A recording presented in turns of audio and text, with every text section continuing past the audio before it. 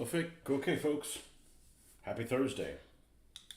So, if you didn't join us yesterday, we made some things out of green stuff to work on the T-34s that are missing a bunch of parts. These T-34s I got from an estate sale, and they were just thrown in like a big box. So, I salvaged everything else, but they didn't have any hatches, so we made the hatches. Luckily, there was still one that was unopened. So I was able to make the parts from that. Made some bed rolls out of the Eschi plastic set, and then modified a few. And then this is the set of the headlight, the machine gun, the bow machine gun, and the four tow hooks to go here, to go on the back. The ones on the back aren't very noticeable. Hey, what's up, Francois? The two on the back really aren't very noticeable, but the ones on the front are. So I wanted to at least try to make those, and unlike what I normally do, I didn't think anybody was going to be on here, but pleasantly surprised. Pulled these things out. Now the bed rolls came out fabulous. Although they did stick to this. We'll get them up in a second. The tow hooks look really good. The machine gun, like I mentioned, the important thing is to get the little round thing. It's almost like an armored cover, and the machine gun actually goes through it. So we can put the machine gun in with a piece of sprue. That's not a problem, just to get the armored cover. It's pretty good. The headlight is the weakest of all of them. And I'm not surprised, because it's kind of caused to go in a squishy place. Now, I'm going to attempt to install that on here, and we'll make another set of them, and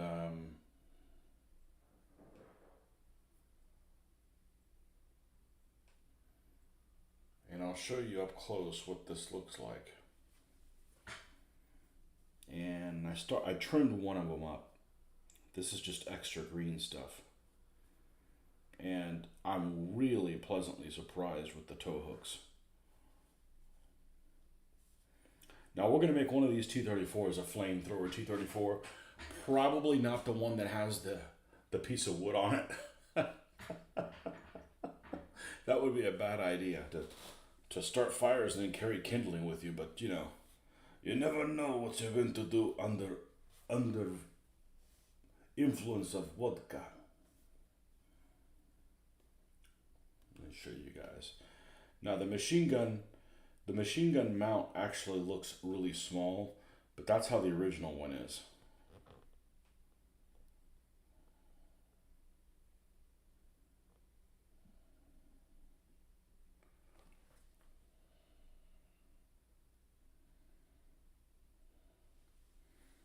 And it looks pretty close to the original.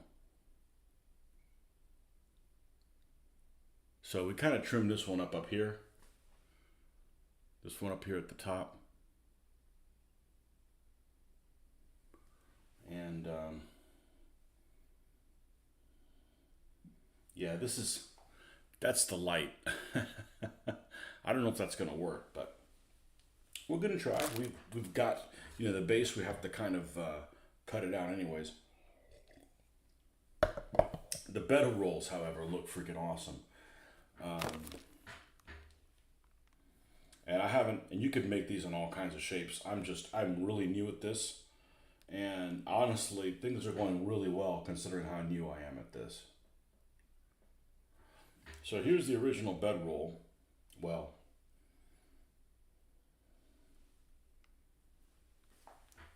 up there. And then we went and made all of these other ones and modified them a little bit. So we're not going to put them on all of them, but we'll just see how this stuff looks at it. It works pretty well as long as you have to understand one side's got to be flat. So, what was I going to do? Let's change the chat before we run into any issues. All right, so let's go ahead and See, that was about 11, 12, 1, 2, 3, 4, 5. That's about 6 hours or so of these sitting here. So we'll make up another batch and let them sit as well. Yeah, I'm completely new to this. So considering how new I am, it's going really well. Let's see if we can get it. And what I really like about this material is after it's hardened, it's almost like hard rubber in a way. If you use Milliput, it's a lot more, it's a lot chalkier. I also have that stuff as well, but I prefer this just because it's got some give to it.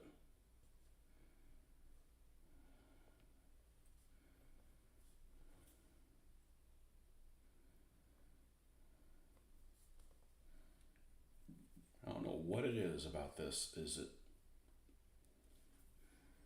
always likes to loosen up on me? Not that it's dangerous, it's just kind of annoying.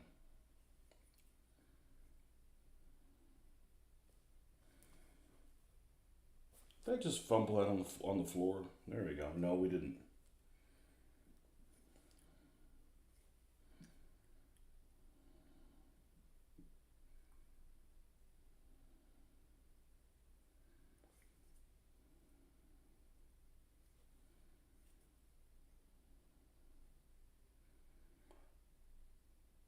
So what I'd like to do is when I go to prime these, prime all of them at once, including the King Tiger.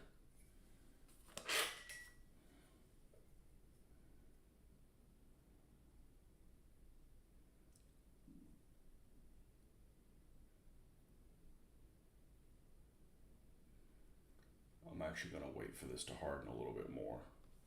Then we'll do that. But I'll trim the edges off and we'll put them over here in a safe place. If I had a little container, I'd put them in there, but I don't have that yet. Maybe here, maybe on top of this thing.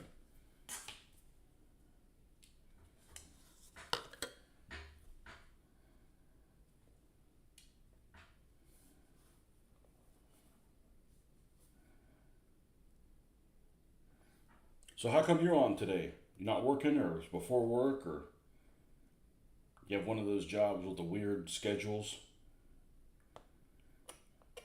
A night employee. I did that for a week and I really liked it. Come in at 8 o'clock in the morning. 8 o'clock at night. Something like that.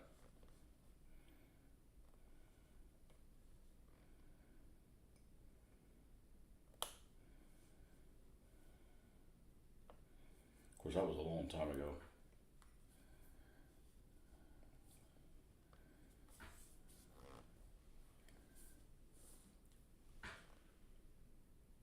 You're retired. Oh, well, I'd be waking up at this time too if I was retired.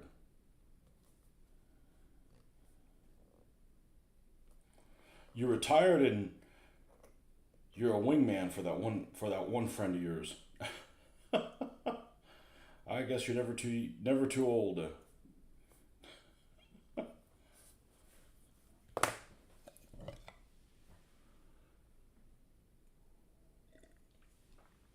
Good morning, Fred.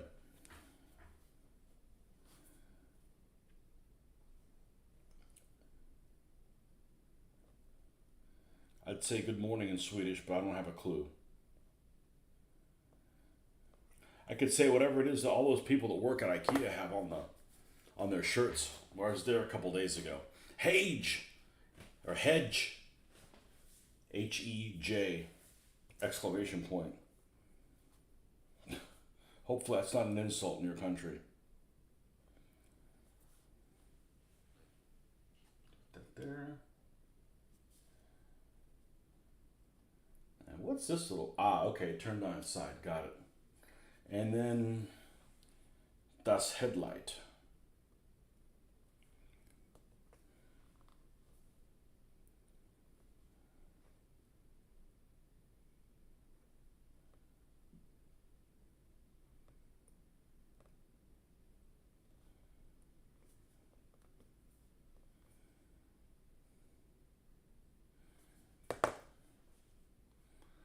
let's take a look. We're not going to glue this on now, but this is at an angle is the...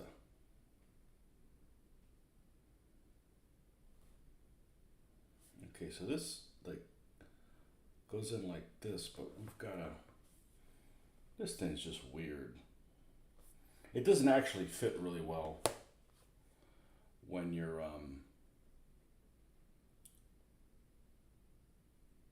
when you have the real piece. The real piece doesn't actually fit on there really well.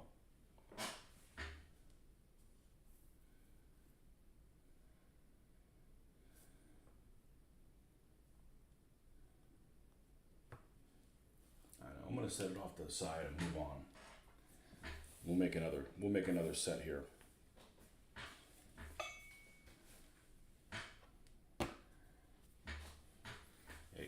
Clean this area of little bits, or the next thing you know, I'll throw away a casting, and then I got to make another one. It's just waiting time more than anything else. All right.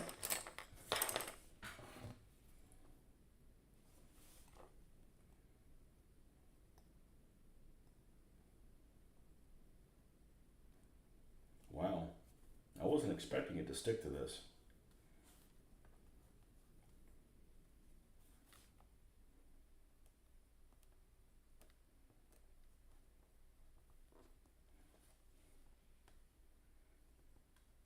All right, it didn't really stick to it.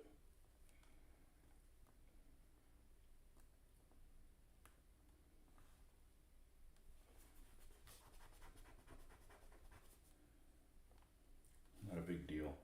Well, I think I'd rather be on here than freaking cardboard. I'll pull some of that with me.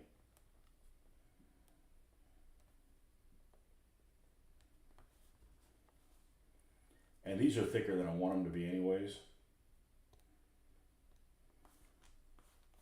Okay, perfect. But what we did find out is we can mass produce these. We can, you know, we can cast them and then pull them out before they're done and make another one with the bread, with the bread rolls. No, with the bed rolls, what have you. It's God Morgen in Swedish, so kind of the same. Lunchtime here, so time for a coffee. There you go. And a run to check on the resin printer in the barn. You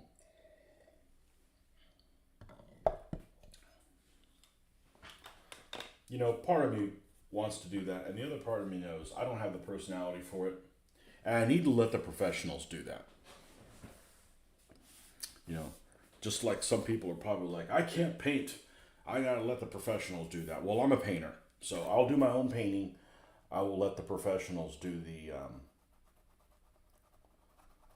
resin printing. It's not even a cost issue. They're not that expensive. I just don't want the disappointment. I don't know if that makes sense to any of you guys, but it does to me.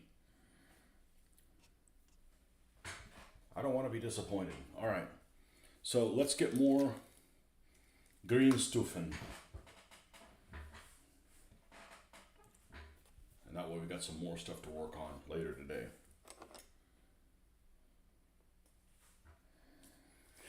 Well, I did something on Sunday I haven't done in a long time, and that's just sit down and read. I was out of town and spent the night out of town at visiting my daughter. And I actually spent a couple hours just reading, and it was nice. Instead of, surfing the internet. Instead of spending a couple hours surfing the internet and, I'm still reading, but it's just the internet instead of, an actual book. All right, let's do what we did last time. And let's pull this apart and come and find the area that is troublesome here in the middle and just remove it. Just remove it completely. Trying to save as much of this as we can.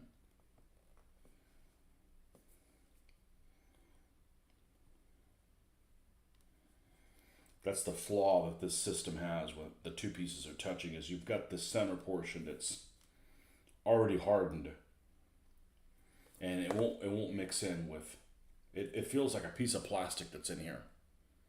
It feels like there's a rod. Neatitite, I think is what it's called. The other one that I got from Amazon. I got like 3 times as much for half the price. But I do not like how it smells. It smells like oily. You know, some things have smell and they're okay, right?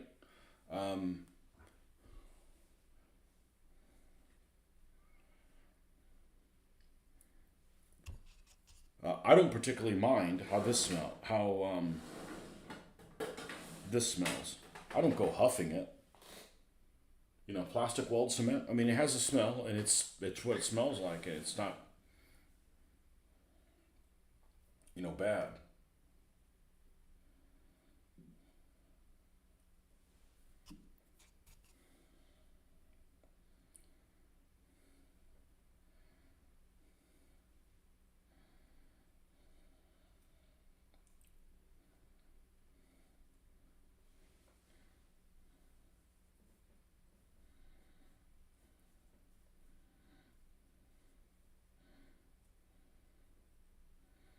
So we need to get a Soviet commander for one of these.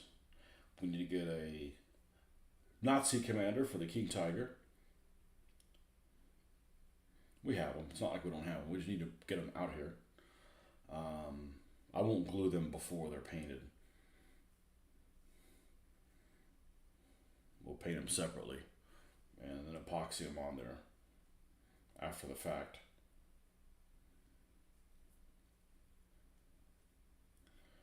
Well, we're going to make one of these a flamethrower T-34.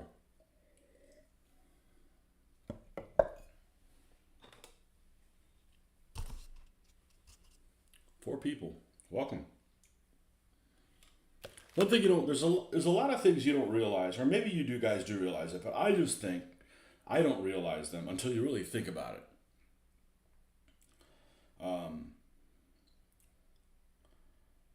I don't think I made enough. Okay, well, we can make more. It's not like I got any big plans today.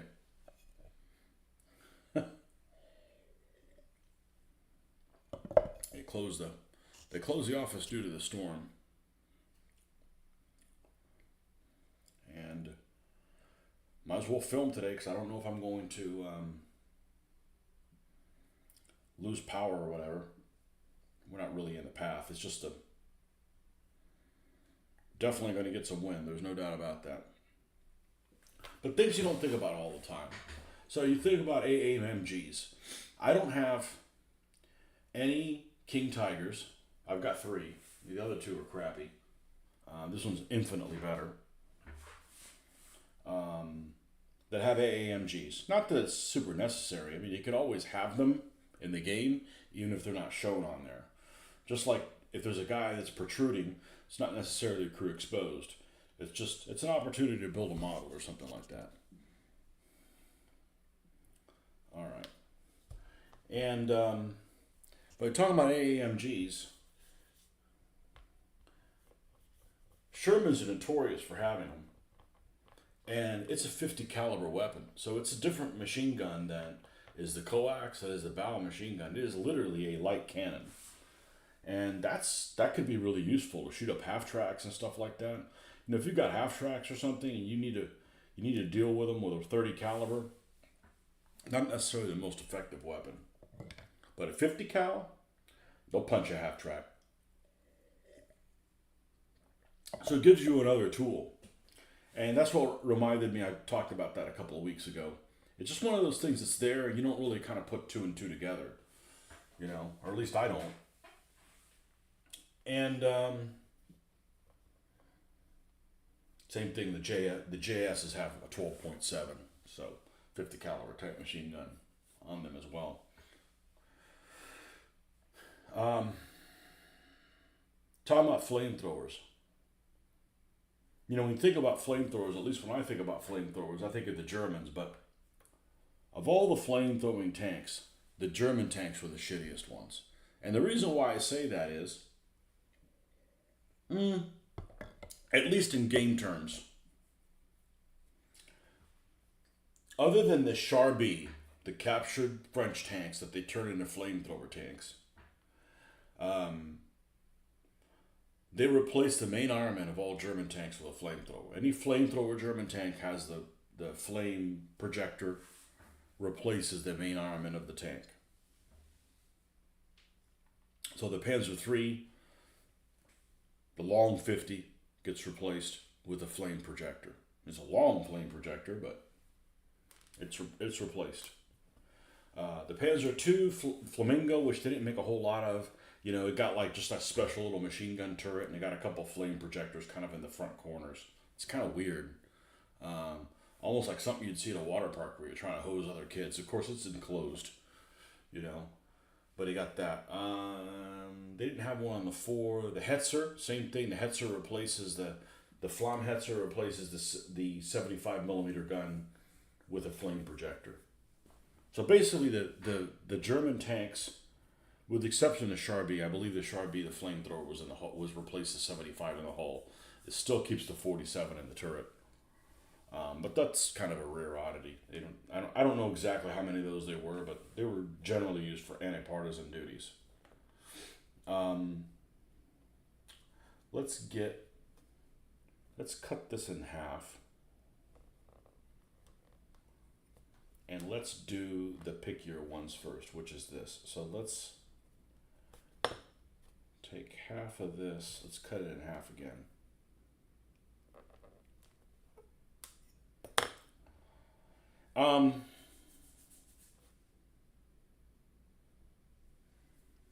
Whereas the Soviets, the KV flamethrower was different.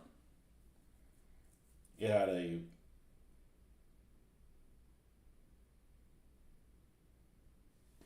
what did they do with that one? It might have been a coax with a 45. Anyhow, a T-34 it replaces the whole machine gun. Whether it's a T-34-76 or a T-34-85, you give up the whole machine gun and you have a flamethrower instead. The Sherman still keeps its 75 millimeter main armament. It just adds a flame projector in the whole machine gun. I can't think of any others right off the bat, but I'm talking about tanks. We're not talking about wasps or anything like that. So, from that standpoint, if you have a tank that only has a flamethrower on it and you encounter another tank, you better close, pal, because you're gonna have issues.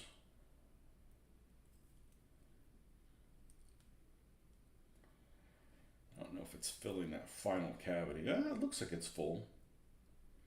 We'll try it again. It's not a big deal. If anything got shot up, it'd be these little lenses. Anyways, all right, let's do the one for the whole machine gun. But when I hear flamethrower, I immediately think Germans. And I don't know whether that's just propaganda. Just like when I think of dive bombers, I think of Stukas. And there's lots of other dive bombers. I can almost rapid cast these. Meaning push it in, pull it out. Make another one.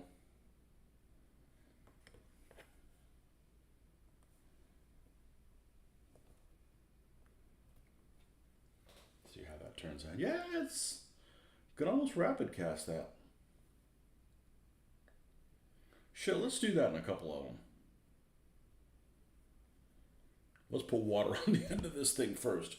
Yeah, let's try that. What the hell? What the hell? I only got one mold.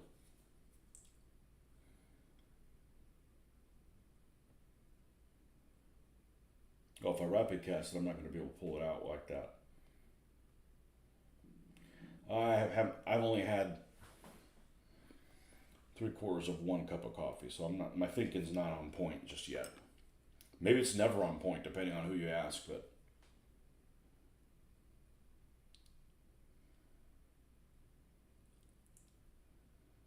come on.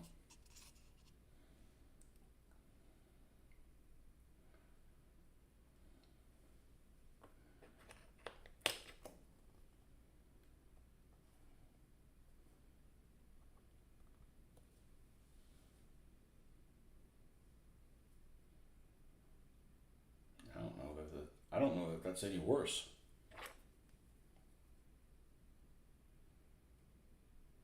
It's not a great casting of the whole machine gun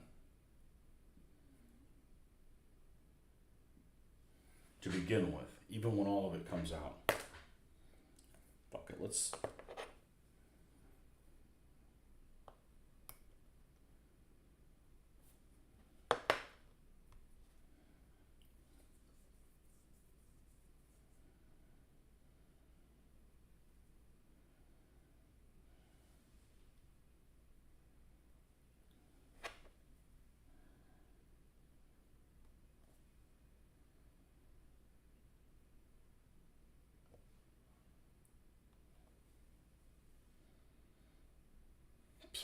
It's no worse than waiting several hours.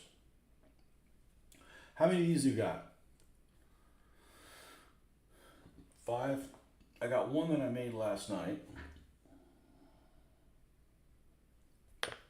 It's 3. Let's knock these out. The sooner I put all these parts together, the sooner I can paint this joker.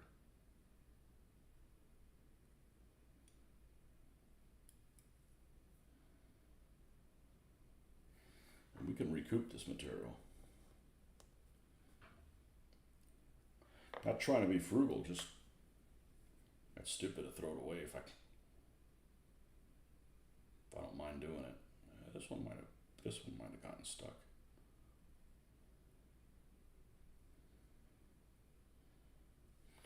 Got most of it off. It doesn't have to look pretty, or at least the part that isn't cast. Nah, we'll make another one. All right, let's just use this material, see what happens. Hey, we're still learning. I could be learning a while.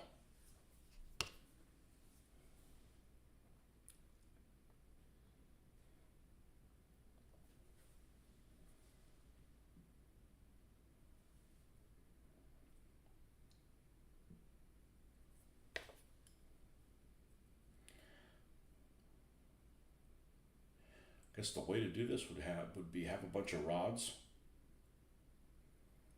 Yeah, that's what we should do, is have a bunch of these rods, like little wooden dowels, and then pop them in, pop them out. Let me see if I can do that with a tow hook.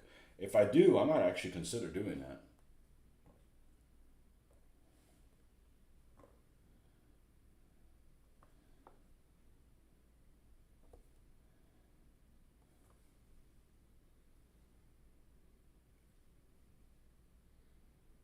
Maybe. It's not too bad.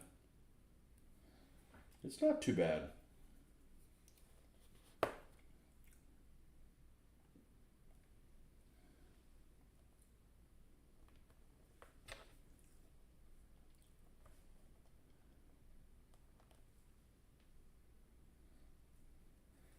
We'll let it sit in there. How about that?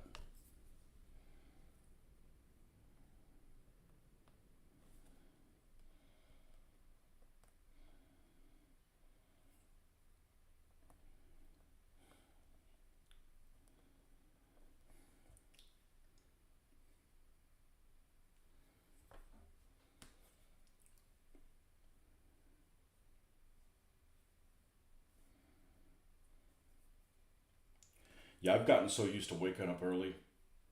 I wake up at 5 a.m. every morning, whether I work or not.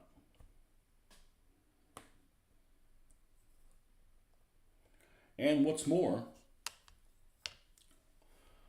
today I woke up at just shy of 4. I couldn't go to sleep. I tried to go to sleep for 45 minutes. I'm like, that's it, I'm getting up.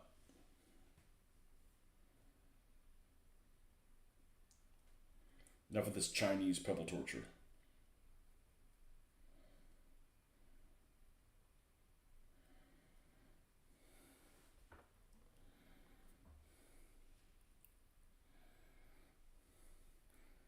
Francois, how'd you find out about this channel? You just randomly searching, or? Not that I worry about the algorithm too much. I do what I do, and if people find me, they find me, but I hate to think somebody's like struggling with something. It's something I happen to master. But then a lot of people are like really impatient. And by impatient, I mean like short attention span. There's so many videos out there. They're all like these AI generated things. And not only is it AI generated voice, but it interrupts itself. And what I mean by that is like it's having like a conversation, and before it's got done, as soon as you're done with a sentence, it's already throwing another thing there. And like I said, if you're it's like it's just one thing after another. It's like, man, it causes you freaking ADD. I can't stand stuff like that. Oh, come on, I put water on this thing. Why is it pulling it out? Because I'm a noob. Okay, well, yeah, this does not like the back of this. It wants to pull it out. So let's use thy fingers. Just random chance. Printer has behaved well as always. So once I finish the coffee, you're back to printing. So let's talk about resin printing, or at least my experience with resin printing. I won't print, and I don't have the personality type for it because I took drafting in college. The first year was offered computer aided drafting in college, and I do not like the. I don't hate technology, but technology should make your life easier, not more frustrating. Or you just have to have a personality that just like rolls with the punches, and I don't. So I vow, like the saying that I attribute to myself is, just because you don't value my time doesn't mean I don't value my time.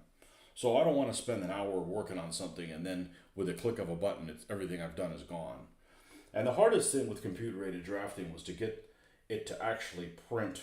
It was easy to do. I mean, it made sense, but trying to get the paper to be the right dimension and stuff like that. And I can just see with the resin, you get everything right, and you're like, all right, cool. I'm gonna let this print, and when I come back at the end of the day at work, I'll be able to paint this King Tiger, whatever it is that I want. Matilda, whatever it is that I have printed, and I can just see an hour into it, something has gone wrong, and I'm not going to be happy with the results. But I won't find that out until the end of the day. So it's just another way for me to just be disappointed. And I'm just like, I just don't have and it's something that's uncontrollable for me. I mean, I can, if I misbehave, I can take things out on this guy, right? But with the printer, it doesn't quite work that way. So I'm just going to let the pros do it. I haven't gotten into the 3D, into the resin printer, had anybody resin print anything for me, because anytime I've seen something online that I like, who have services, it's always either in the UK or the rest of Europe. So the shipping is prohibitive. I'm not going to order enough stuff especially on my first try with someone, to make the shipping worthwhile. For instance, everything I've seen that I liked is either from the UK or France, and the shipping you're running around $20 or $30. Well, I'm not going to order $200 worth of stuff, so that $20 or $30 just kind of disappears and really isn't a factor. But in the last week, I have found somebody that is in the United States, and I'm probably going to do a test order from them shortly, and we'll see how it goes. We'll see how it goes.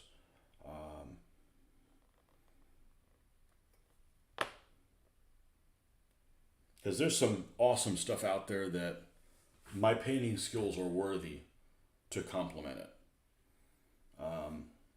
They are now. So they weren't 20 years ago.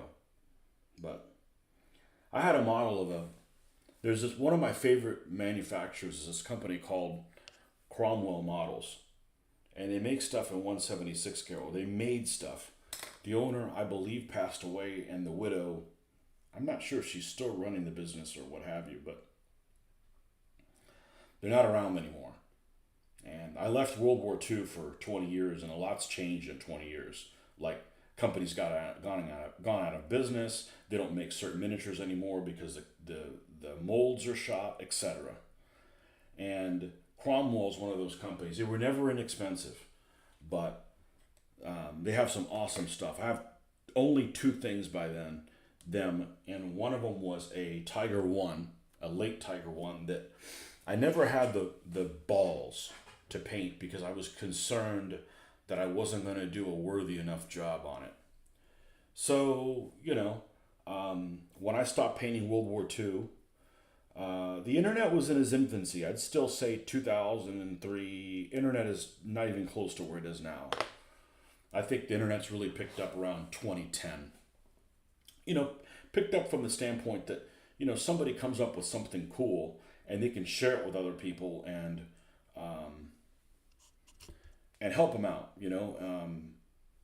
take some of that analysis paralysis out that we all have. And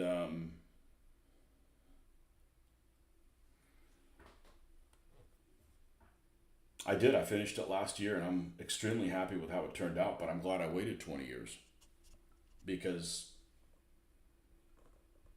20 years I was still painting okay. I was still painting good, but not vehicles. I was worried about, how things were going to turn out. So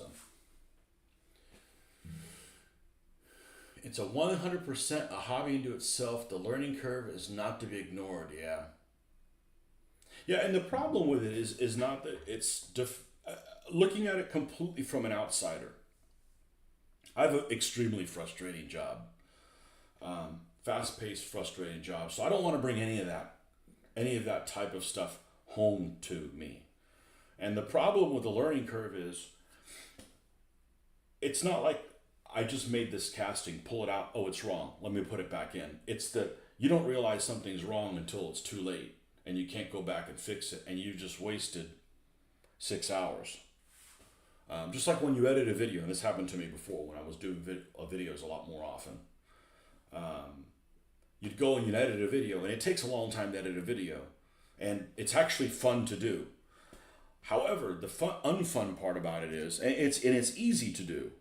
The unfun part about it is, okay, this is exactly how I want it. All right, let me get it ready to send, and what I call is crunching it, and that crunching part can take forever.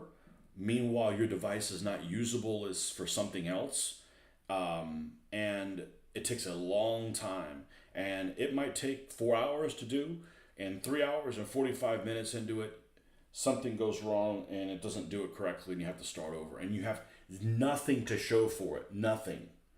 I don't care if it takes me 4 hours to paint a figure, and I only have an hour to doing it. It builds upon itself. But to go back to square zero and you have nothing to show for it, I just don't have the personality for that.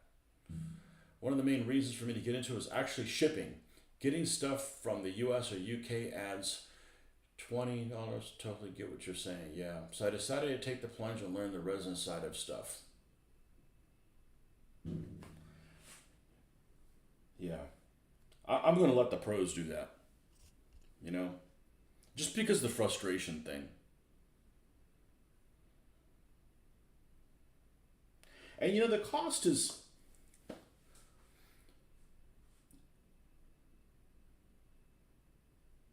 and there's all kinds of different materials. This stuff that I've got recently that's not resin printed. It's really good, but it's got the lines, and the material is incredible. It's actually too strong of a material. You can't sand it. So I couldn't scrape those lines off. Because I'm just, I'll get it and I'll scrape some of those lines off. I mean, I'll take my contacts out. I got super close vision. It'll be exciting. You can't do it. You'd have to get in there. I'd have to pull out the Dremel on the slow speed and do it. It's just not worth my time. So I'm not saying I'm not going to buy anything else from them, but things that are really curvy, I don't want to, I don't want to spend all the effort and then it's less than it could be. All right, I still have a little bit left. I think,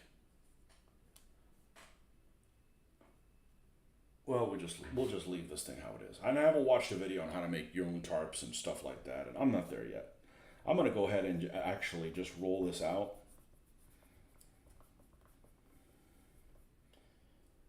And see if I get inspired to do something with it. But for right now, that's done. Let's go look at some tankers. Let's go look at some, we got to get us a big old Nazi tanker. Big old pompous Nazi dude.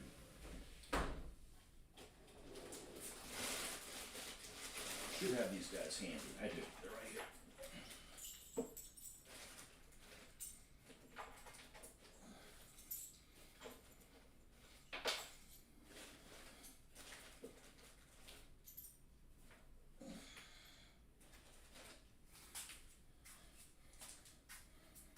was reading this memoir, which I don't know that it's a memoir. It's a historical short story, whatever. And in it, there's some king tigers in it. And it's very tactical. It's a very tactical book, this Last Panther. I haven't finished reading it. Maybe if the power goes out, that's what I'm going to switch to. But one of the things it talks about is there's a handful of tigers and a handful of panthers, and this is like the last days of Berlin. They're outside of Berlin in a pocket, trying to break out of the pocket to go west, so they don't have to deal with the Russians. They want to surrender the Americans or work their way that way. And there's two king tigers in the lead, and there's at one point, a couple of the tanks get disabled and so forth. But one of the king tigers, and there's accompanying infantry. It talks about the king tiger would only which was part of an SS unit, would only let SS troopers ride on it. They wouldn't let anybody else on it. So I'm like, that's kind of an interesting wrinkle in a game. Have something like that. You got these pompous Nazi bastards that won't help their other countrymen if they're not SS. So that might be an interesting thing to work into a game. I don't know if that really happened. I'm sure it probably did, but okay,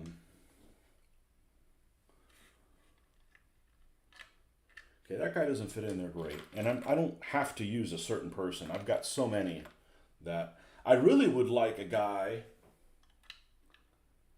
Yeah, that guy looks good. I really would like a guy in this, because one of these commanders, I want a guy that looks like old Robert Shaw from Battle of the Bulge. And I have a feeling that the guy that comes with the set from Plastic Soldier Company, I'll go there next. Yeah, this is like dismounted Panzer crews, which are really handy. Because once these guys bail, they need something. This guy's kind of squared off, so we use him for an assault gun. These are old battlefield miniatures guys. That guy's not bad, but I don't see anybody that's just absolutely jumping out at me. I don't know why this guy's here in the Panzer Crews. He's not really one of them. Here's a guy from...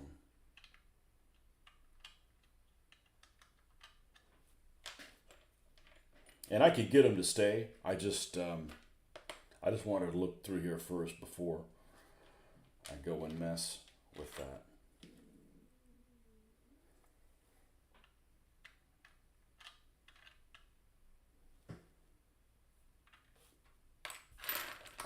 Let's go get the Plastic Soldier Company guy. This is some big old pompous, full of himself Nazi dude. You still buy metal minis both to support sculptors and companies, but in the end, because that hit of nostalgia and tactile feel when I move them around the table. Plastics and resin models, not so much. Yeah, I don't like plastic figures. I do like plastic models though, because it's like, I want to put an antenna in and it's easy. When I put the antennas in this thing, I'm going to be hating life. You just have to put a lot of horsepower behind it. And not that I'm not capable of doing that, but I don't like putting a whole lot of pressure on something that could slip and slide and I could injure myself.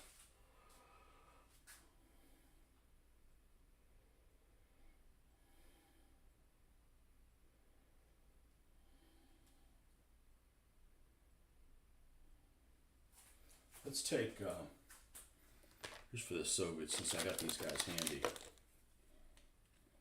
I'm going to cut them way outside of the figure. Here's this. Yeah, that didn't work as well as planned. That guy and the guy with the binoculars. This guy's leaning on the hatch is great, except the hatch doesn't open that way, so it won't work. I'll leave those two guys there.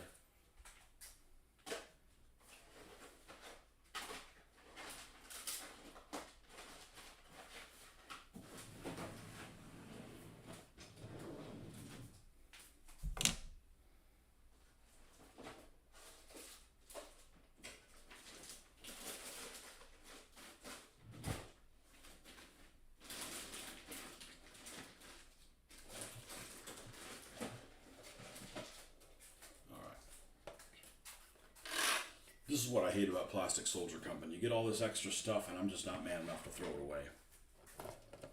I can't do it. I just can't do it.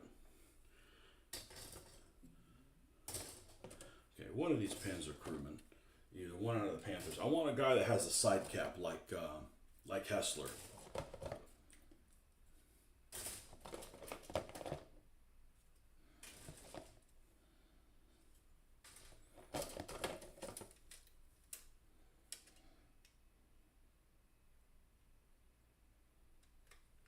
This one's not bad, even though it's for the, where's my Tamiya clippers? Even though it's for the half tracks, this guy's not bad at all.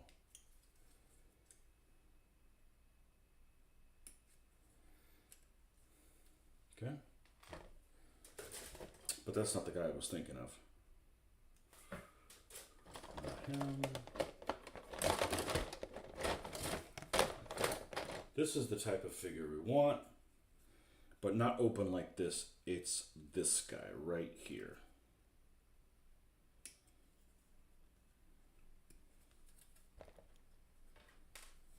With his binocs. Okay, between one of those two guys, that's the guy I was thinking of. Between one of those two guys, they will definitely work. Because the Panther Commander has the brimmed cap. Oh! Maybe this guy's an option also. Is he the same figure, just half of a figure? Let's see.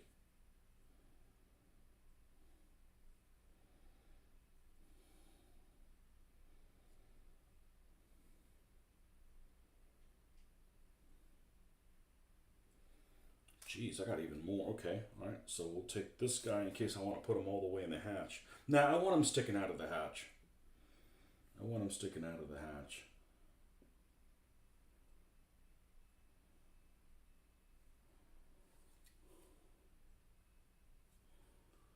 Yeah, this guy's great with his hat up there, but he's got the wrong cap.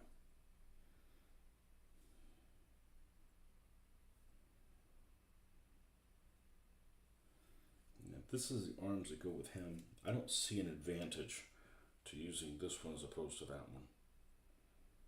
He's a little thinner. Let's cut him out and see if he fits the bill. We'll have to chop him up. I bet the arm set is exactly the same, or damn near similar.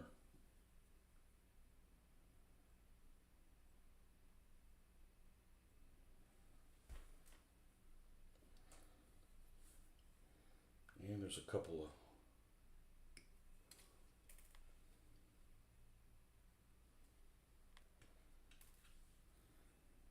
those extra. And this. I got a lot of options. Okay. Okay, cool. I love the plastic from Plastic Soldier. Who else is here? Okay. I think that's all of our options for both. And I might not have a Soviet tank guy that I like. I can always use the guy from the Skytrex, which they aren't great, but they paint up okay.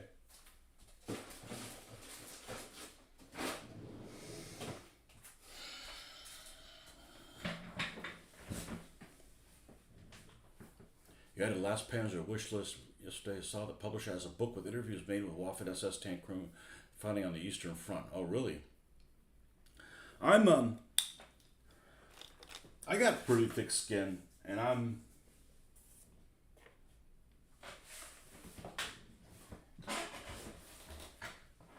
the time where I grew up, all the stuff that we had from the Eastern Front, I love the Eastern Front. Well, I don't love the Eastern Front, but I'm fascinated by the Eastern Front. That's a better way of saying it.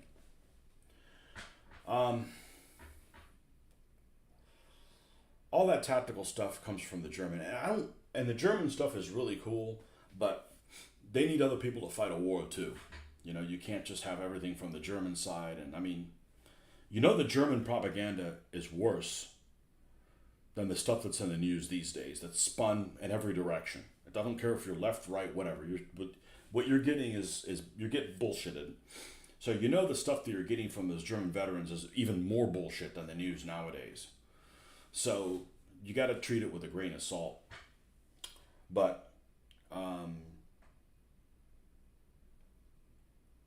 was a lot more sympathetic to them when I was younger. That doesn't mean I love the Germans, but there's some Western stuff to them. The Russians are kind of hard to understand. I mean, they're communist. It's Eastern European. It's not the same kind of lineage. But as I've gotten older, I'm like, I just don't have a lot of respect for the Germans. I mean, there's whether or not they knew about what was going on behind the scenes is a different thing. So SS stuff, yeah, I don't have anything nice to say about the SS. I'd still read it, but it's just kind of suspect. But again, ideas for scenarios like this thing is, ideas for scenarios. So we're going to set these two Soviet guys back. And most of the time, I just refer to them as Germans and Russians to begin with, because that's for the most part what they are. Let me go get a soda, and I'll be right back.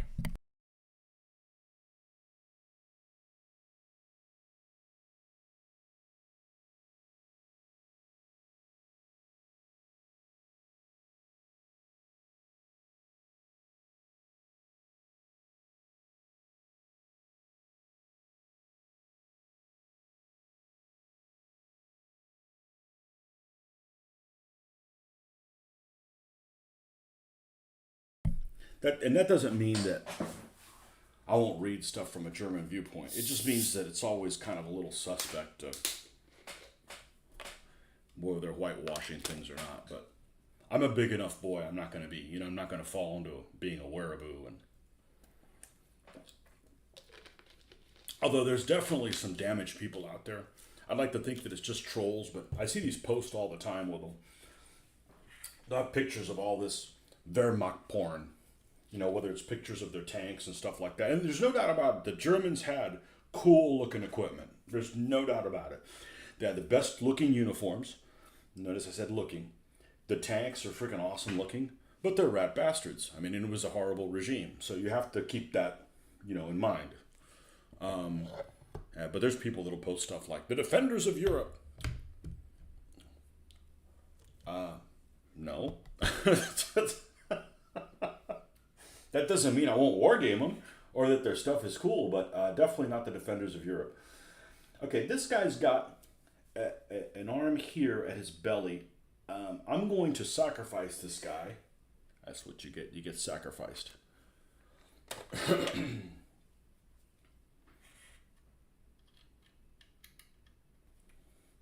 So there's a video game that I've played called, and it's an excellent video game, called I can never remember the name of it. Hell on something Ostfront. Hell something. What is it? And in between the loading screens, there's little quotes, and there's a quote by Eric Hartmann, who's the top scoring ace of the Luftwaffe. Top scoring ace of everybody. And people could say, well, you can't count all those kills because they were killed on the ground, or you can't count all those kills because they were against inexperienced Soviet pilots. Okay, well then you can't count the American aces kills when they basically showed up in 1944 after the Luftwaffe was beaten and were just killing them mercilessly on the ground. I'm not saying there's anything wrong with it. I'm just saying you can't count those kills either. So, you either count them both or you don't. Anyways, this guy was a very veteran player. Let's see how this guy looks. Well, he looks kind of like an old man there, which, might be okay, but that's not really what I'm looking for. He's not terrible. He fit in this hatch a lot better than I thought. The Plastic Soldier Company guys tend to be a little on the large side.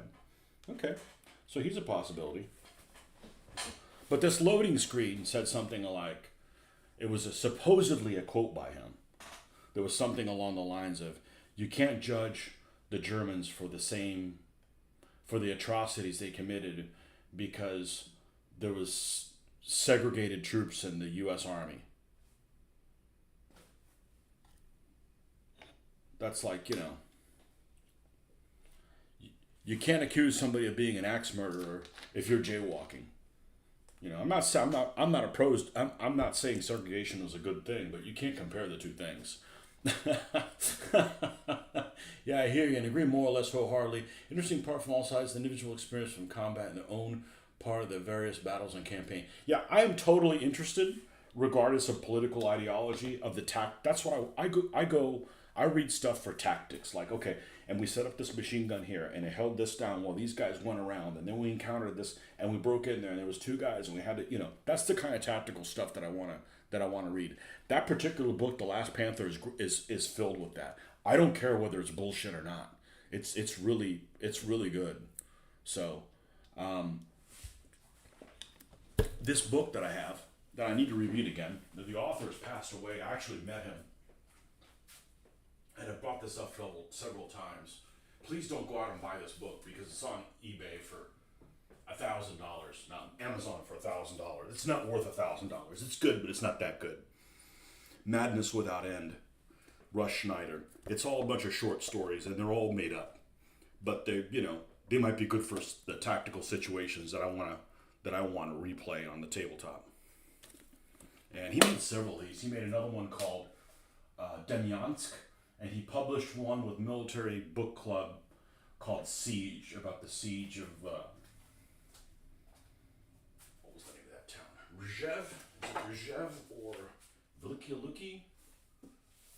Which one is it? I don't remember which one it is. I forget. Yeah, Cholm and Veliky Luki. So the Demyansk one is kind of the same style. This one, instead of having 12 short stories, it has 8 or something like that. This one's really good. But like, here's one, for instance. The very first one, Totenkopf is not well liked. And it talks about how these guys that are with Totenkopf, which, are not choir boys by any stretch of the imagination. They still had cool camouflage, don't get me wrong.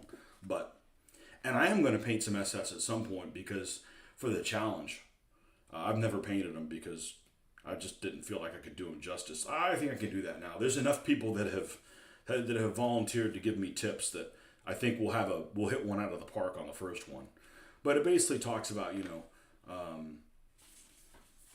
how they encountered Russians and they had skulls on their tanks and stuff like that. And both sides did some horrible stuff. But I remember growing up and talking to my dad about the Eastern Front. And my dad was always into history. And he's, the thing in this war game, as we would always say, the Germans could have won in Russia if they would have just befriended the Ukrainian people. And although that's probably true,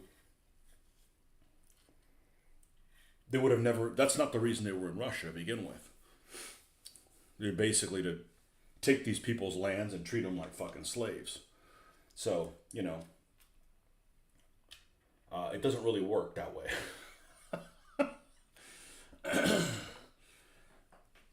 But anyhow, it's horrible, horrible things. So,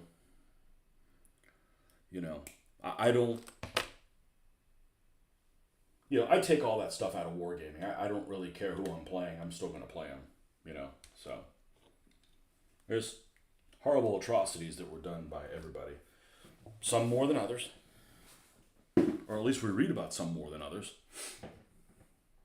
It is a hurricane day. Gates of Hell Ostfront. Yes, it's a great game. I haven't played the American expansion much at all. I don't know if I'd like that one as much, but the German Soviet, it's not perfect.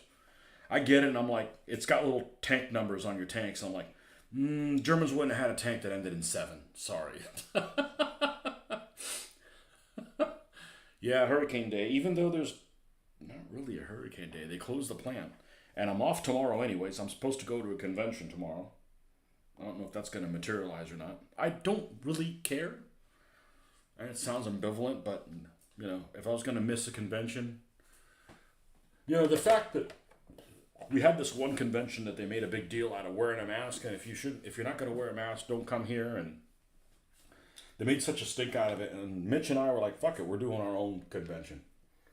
We're not going to deal with that." It was like way afterwards. After I've missed one con, I'm like, "Who cares if I miss another one?" You know.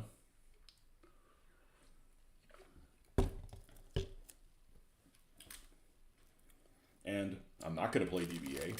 I don't need to shop anything, so I might stay home and just order a bunch of cool stuff for you guys to see.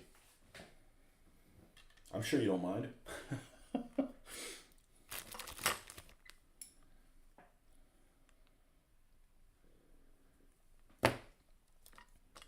But there's a lot of cool stuff on there. Unfortunately, a lot of it is German-centric. And I'm not saying that I don't want to hear it from the German side. I just want to hear it from other sides as well.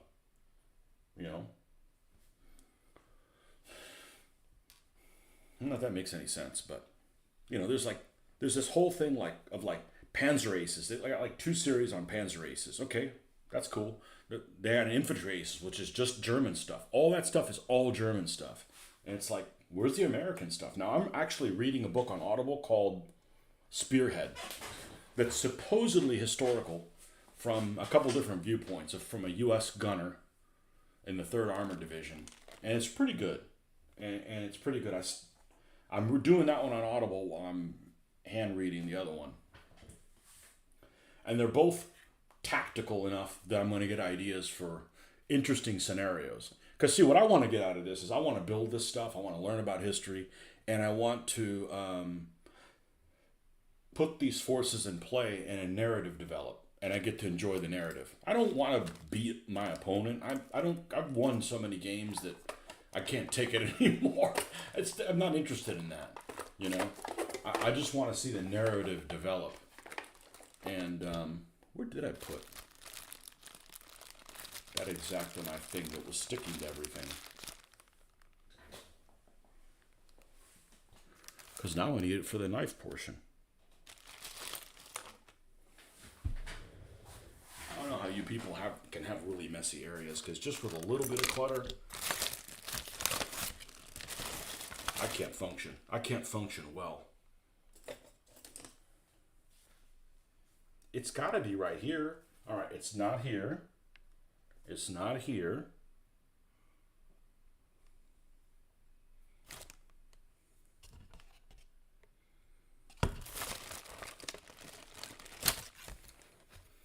Let me watch the video and see where I put it. Oh, shit. That's not it. That's not it. And it's ridiculous that I only have one. I have others. I just don't have them handy. Okay, well, we'll use a file or something. The show will go on. Also pretty much confirm Armor Fast is gone. Why?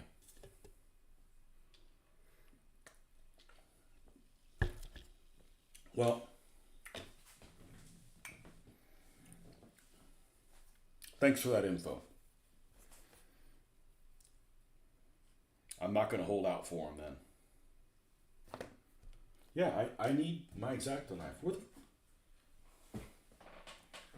Where the F did it go? All right. When I get too much shit on here, you know what you do? You got to put stuff away. But it's not here. And when it's not under these things. Let me check under my seat. Ben, you were watching that show, weren't you? When that barrel from the Panzer IV was hidden underneath the freaking handle there? Freaking crazy, man. Crazy stuff. Oh, it's over here. Why is it over here? I must have set it over here when I was working on looking for those crews. Man. I have to talk to my therapist. That I don't have. I don't need a therapist. I have this.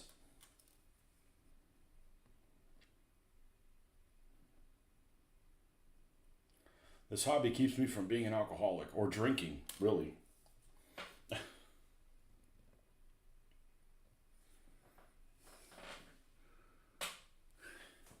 Yeah, Yeah, that was crazy. 400, and we found it. You know, that kind of stuff happens to everybody. You'll drop something like, where did it go? Like, you know, the odds of making $1 million in one shot. No, it happens. We're dealing with some bouncy stuff.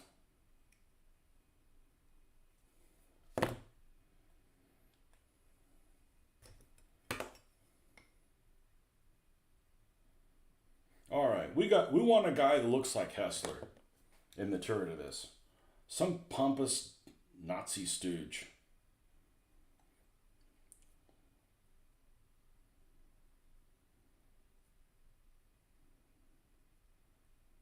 But I got this book by Hans Ulrich Rudel. You know, you guys should know who that is.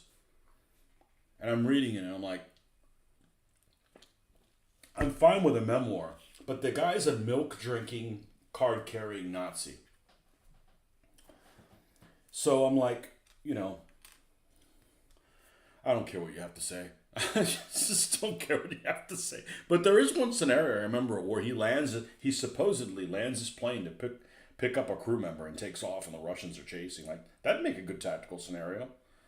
Although you got to get your facts right on the Stuka. You don't want to be like, oh, that thing took off too fast. It should have taken this many turns to idle, or you know. All right, let's see if we glue this guy in here. Well, let's just glue him because, oh, I see. I got hand options here. I may not want to do that. All right, let's see what this guy could look like. Not that I don't have lots of dollies. Ah! Ha ha! Cat-like reflexes. Meow.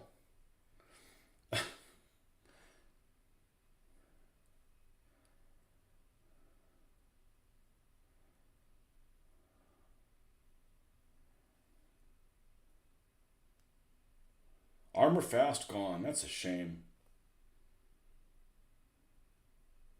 I should buy up everything. No. No, I'm gonna try to get something from someone that will be awesome. And I think they're relatively well. Nothing's as cheap as Armor Fast, but I guess those Panzer 4Ds I got. I'm really happy with those. Okay, and the other option would be, oh, but we've got the standing figure too. Good Lord, there's a lot of options here. All right, well, I don't care if he's standing. I'm going to cut him off right here at just under the dick. Let's just do him a little bit at a time.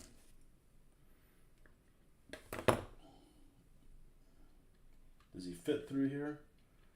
Yes, all right. So if these two figures are almost identical.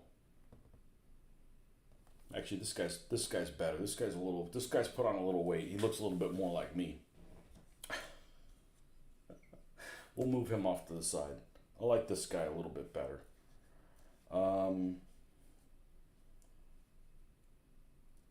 This hand can be out, and this one can be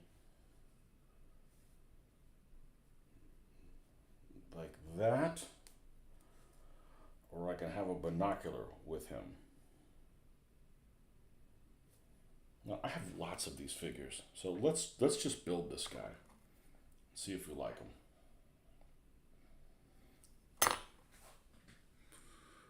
We can't rewind with a setting on the new streams. We can when you're airbrushing though, so I can't rewind to help you. Interesting. I wonder if it's because I'm filming with my phone. The resolution on the phone is dumbed down, though, to 720. You guys should be getting more than 720 here. I haven't complained people about disconnects, so I haven't done anything different, though. When it misbehaves, let's use our rubber tweezers. See if these.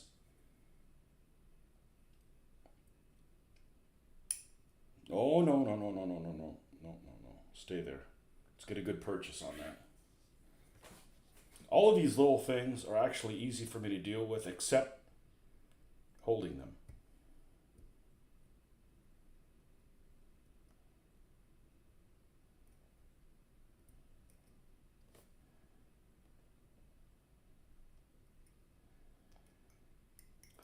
Anyways, I found a source here in the United States that will that will, and you'll know this, Fred,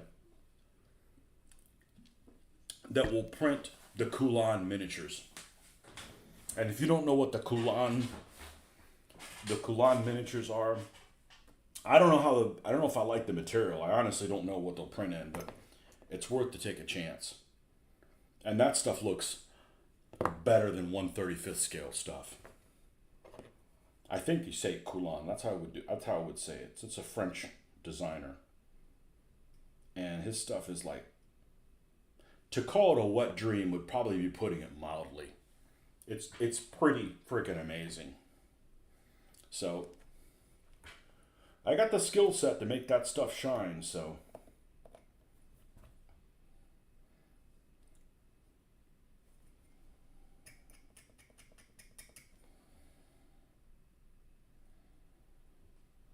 we will see. I'm kind of waiting to see what I can get on the. There's something to be said for making something that is kind of substandard by today's, and making it when I'm done like, oh, I didn't know those could look so good. I dig that. That is like, that's a power trip for me. When you take something that's just like a work of art. It'd be like, taking the statue of David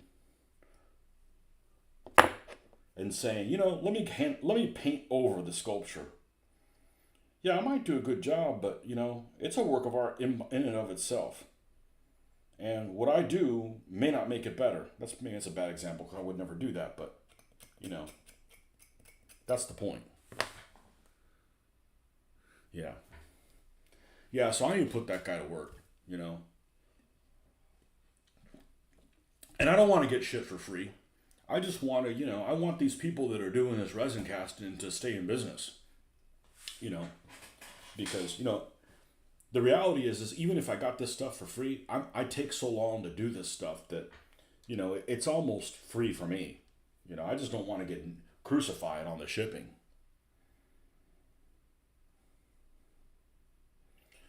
Okay, this guy has a hand that you wouldn't know this until I put it on there. That is going in a little bit. I don't really like that. So let's see if we can, where this hand goes when I put it on here. There's one of these. The old Tamiya Panther commander. He's just in his Panzerkampfwagen Fünf recliner. I don't know German, so I only know Blitzkrieg German. Fünf, is that 5? I heard after Kursk they were just called Panzerkampfwagen Panther. They dropped the 5.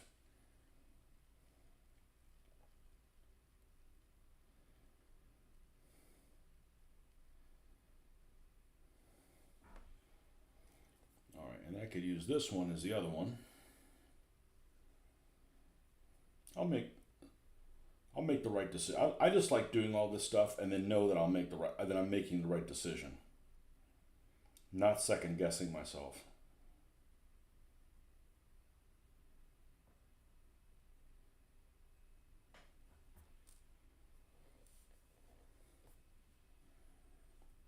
So I really like doing the Soviets and the Americans, especially the Americans, and not because I'm American, that's actually the wrong reason. It's just that a lot of people just paint it green and move on. And there's a lot more personalization that you can do. You're selling this stuff short. Okay, these hands don't fit great with this guy. Okay, so if I want to use this, I will use this figure. So with that said, I'm going to go ahead and glue them on him.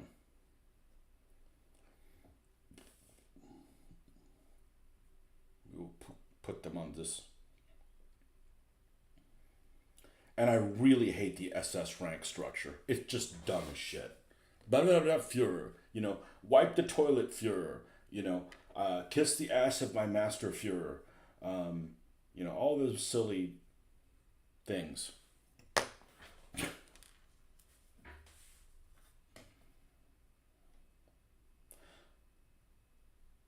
But since we're playing everybody on one side, I don't think I'm going to let people play the SS. I think that's just perfect for being the bad guys. Although I really want to get some, what do you call those guys? Volkssturm. And you got to play against a bunch of like Russians just breaking into the city. That would be great. And then, the Russians are just like, can be like machines. Let's get them. I don't know why this does not have really good fit and finish on this figure, but it does not. It's kind of cockeyed. I could fill it in with putty, but man, I expect a little bit more precision than this.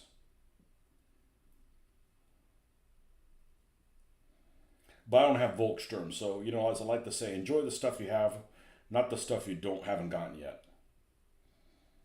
That's why I was reading this book, I'm like, heck, let's do these 6 T-34 85s. And I got 2 JS2s that have been just kind of waiting in the wings. This is going to be higher than I want it to be.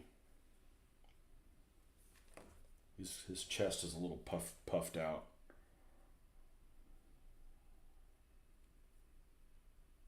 But they fit better than those, so let's do it anyway.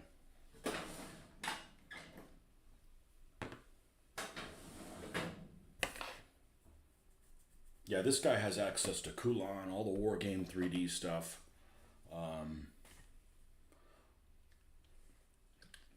Have you ever printed any of this stuff by Esquisse? See, I don't 3D print, but I surf a lot. I'm an Olympic surfer. Because that doesn't cost anything. Ooh, let's get my tool out here.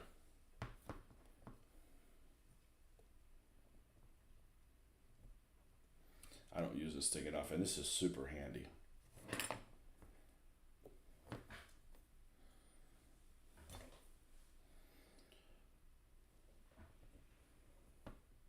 Esquisse? Something like that. I have a feeling their stuff is rather Warhammerish. And that, oh,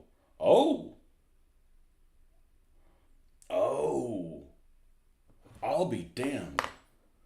It fits well if you put it up to his face. And they didn't cast it as one piece because it's probably not, okay.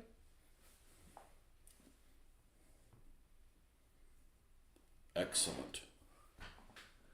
You're basing Esquisse stuff at the moment, okay? So that would be yes. I have a feeling that how about their vehicles? They seem like, I know their infantry is heroic. Are their vehicles heroic? I was looking at their M10, and their M10 seems like it doesn't have the right proportions. Like it's off a little bit. Esquisse. I would guess it's Esquisse.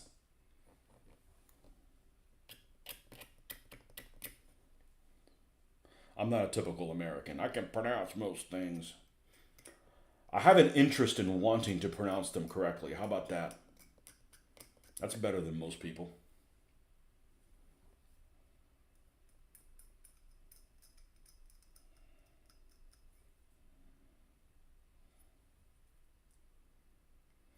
As I say, I speak 2 languages. I speak 2 languages. Neither of them well, apparently. And make fun of about another 8. So, I got a clue.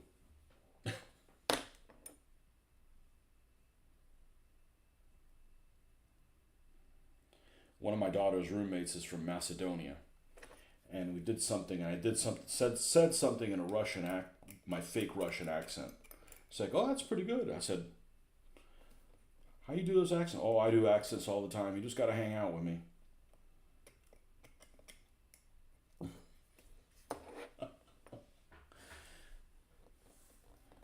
There's this one little store called Vladimir's in St. Petersburg, and it's got babushka stuff. I call babushka the little dolls that sit one inside of each other, whatever they're really called. And I know that's just me being lazy. Yeah, let's just go ahead and let's glue this guy down. I may not use him on this tank, but he's definitely going to be useful for another one. And figured out what his arms fit on. Like, how could this be so off? You're on his Patreon, but haven't really bothered with vehicles at all. The infantry is heroic for sure. The only thing I don't like about his infantry is the cheekbones. I just don't like pronounced cheekbones. I'm sorry if you have pronounced cheekbones. I promise I won't hit on you. They're just really gaunt. Like, FAA does the same thing with their infantry. I don't care for them. That doesn't mean I won't paint them. It's just, and if there's not people that look like that, just if you have a figure that looks unique, a unique build of a person, right? You can't have your whole army filled with them. Like, for instance, if you have somebody who's an odd-looking character, like, who am I going to say?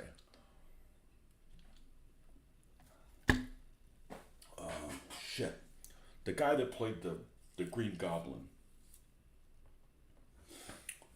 Again, I'm talking about actors. I don't ever think about actors until I come on here. Willem Dafoe. If you have a whole other army, Willem Dafoe looks like an unusual individual. So does, say, Ron Perlman. So does, they're definitely not AB figures. They're definitely, very strange. Like, the FAA figures are very gaunt-like, and they almost look like the Mummy from Iron Maiden. They look like Eddie from Iron Maiden. You can't have your whole army of guys like that. It just doesn't, it stands out too much. Another figure manufacturer company, there's a lot of figure manufacturing companies used to do that. Britannia used to be notorious for that. The Britannia model is a cross between James Coburn and Simon Cowell. Look it up, man. I'll be spot on that one.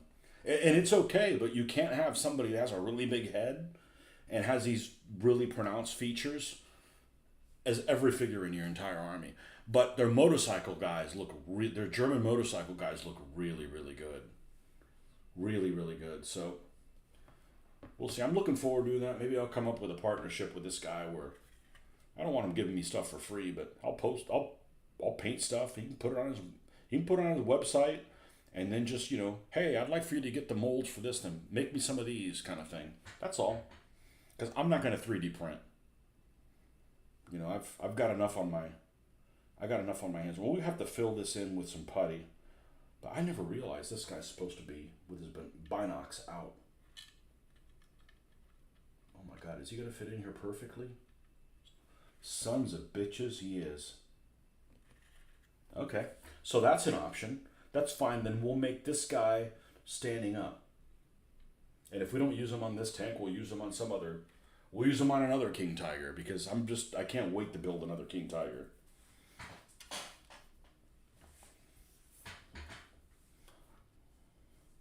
Not that I've never built a King Tiger before. Or Panthers, or, Super Cats. One of the Thundercats.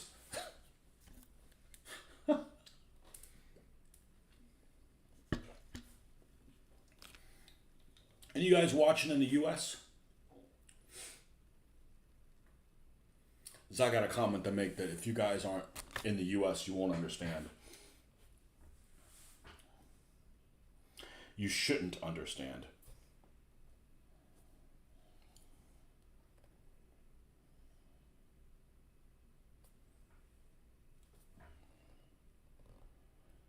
Okay, so let's...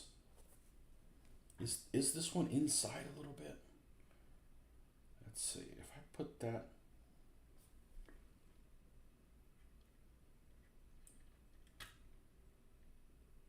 Well, this would be great if he was holding onto a machine gun or something. I think we need to put the binoculars on this hand. Yes, okay. So, I just want to make sure you're around. I know you're in the U.S. I don't watch sports at all. My dad wasn't into sports. I don't watch it. We're at a restaurant the other day, and I was having dinner with my wife, and they had a picture of, what's the guy's name? Trevor Lawrence, who's the quarterback for the Jaguars. And I'm like, I'll be damned if that fucker doesn't look like a Thundercat. Look it up. Trevor Lawrence, the Thundercat. I haven't had a chance to post that on my Facebook page. I don't mean anything bad to him. Just, he looks like a damn Thundercat. Maybe if you get a haircut, he wouldn't look like a damn Thundercat. Get a haircut, hippie.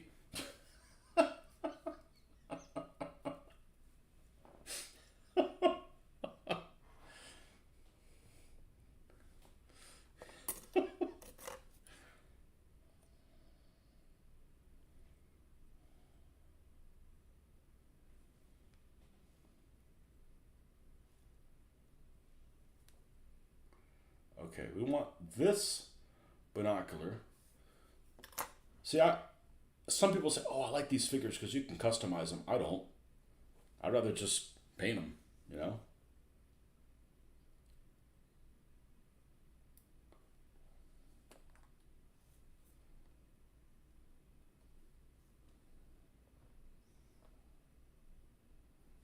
I think his name is Trevor Lawrence.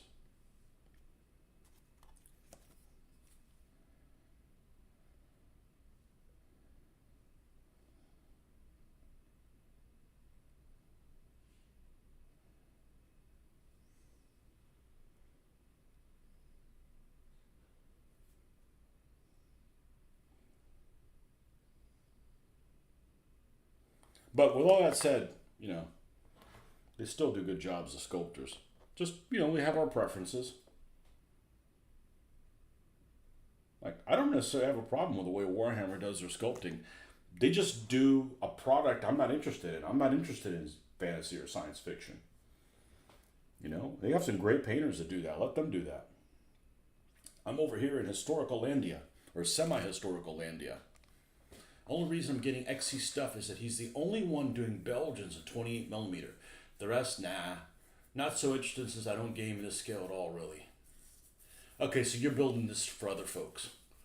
Yeah, I don't game 28 millimeter. I don't mind playing with somebody else's 28 millimeters, but somebody commented on one of my posts. I forget where it was, but they said something like, "Hey, you should do 28 millimeter." First of all, everybody does 28 millimeter. And I already spend way too much time painting in this scale. I know me. I'm going to spend 12 freaking hours painting one figure. And there's still going to be people that are going to blow me out of the water, which means I'm going to have to spend even more time doing it.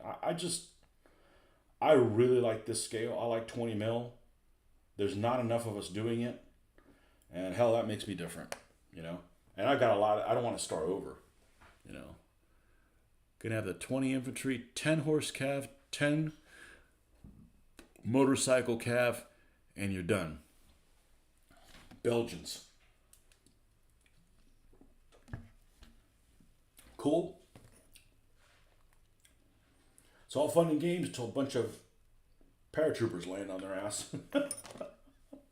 I think the paratroopers actually took a fair beating.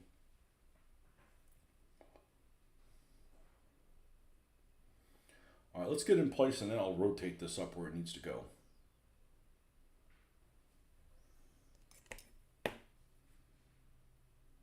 I'm glad I got this thing. Helping Hands, that's what it's called.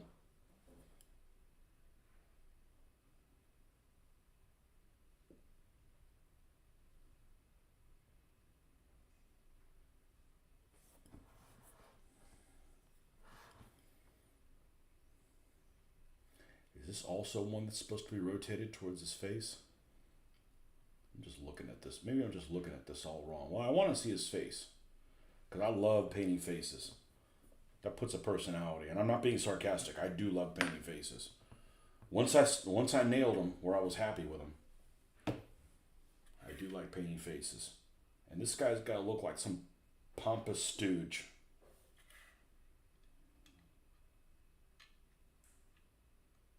All right, let's rotate his arm down a little bit.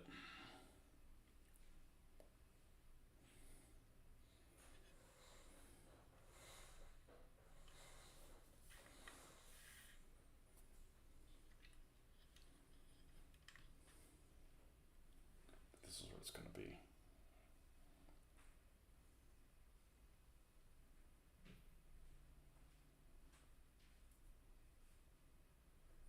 There's a company, I mentioned it last night or the night before, called Early War Miniatures. And they just released, relatively recently, some Danes. And they look really pretty cool. But Denmark was only in the war for 6 hours, not even a whole day. So like that's like a really specific, thing. Oh, hold on one second.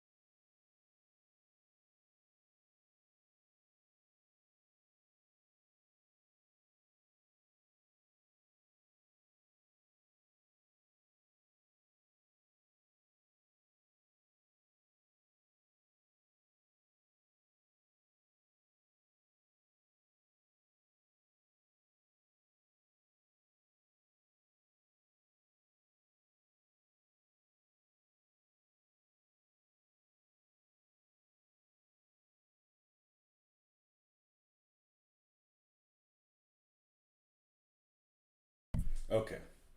Wife is up and she's got to go get something out of the office that she forgot. I build it for myself, just have to have something to play with other people in tournaments and gatherings. I do 6mm World War II otherwise. So I started playing this. And I still have fond memories of this game. It's not perfect. This is the second edition, but I started with the first one. I like the 1 to 5 scale game. I do. The problem with it is that the ranges are too far that people set up, and the infantry are just a sideshow. That's it. But you can make the infantry look okay. The infantry are just a sideshow. And we used to play this in micro armor, 6mm, as you say. And I haven't looked at this cover in a long time. This is these guys are notorious. Maybe notorious is a bad word. For using all kinds of different scales. Like I don't mind mixing 72nd and 76th, but I'm looking at this, and here's some kind of Stuart with a funky turret.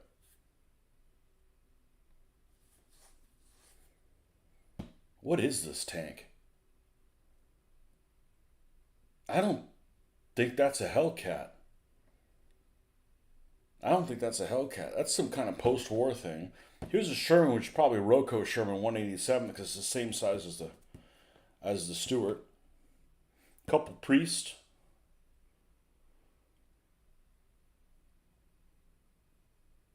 And this doesn't look right. That's not a regular Willys Jeep, is it? Anyways, we used to play this. And there's a lot of things I like about it. It just doesn't... As I've gotten older, what I'm interested in is the narrative. And it just doesn't provide a tactical enough, detailed narrative that I would like. So, but I've kept this. I'll probably never sell it. This used to be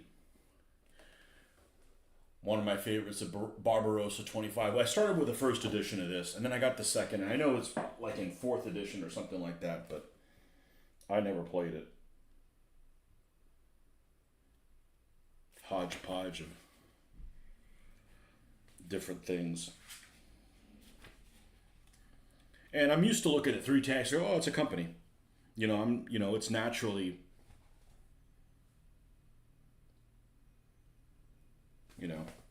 what they have. So, anyhow, hopefully we've got some good times ahead with the 3D printing. Again, this is just for fun. I haven't even used a vehicle yet.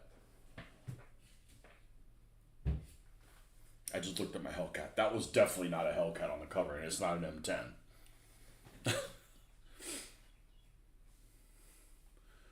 Yeah. So it's not. It's all about. It's not that I don't want to use tanks. It's not that I don't want to use infantry. It's just that it's all important. You know, it's like the people that play when I play DBA. They're like, I don't play with skirmishers. Well, look, it's all important. You know, if you don't play with the crappy stuff, you don't realize how good the good stuff is. If you're playing with the crappy stuff, if you've never played with it, you know. So like, I'm not. I have this late war stuff. So I picked this up for $5, and at a swap meet.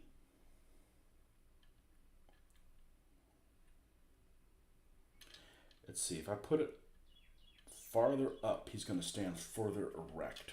Okay, so let's do that. I don't want him slouching. Oh, get sent to the eastern front. Oh, wait a second, we're already here.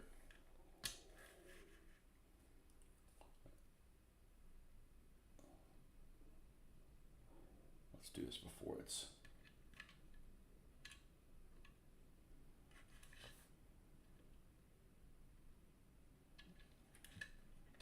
Yeah, he's just setting this turret like this.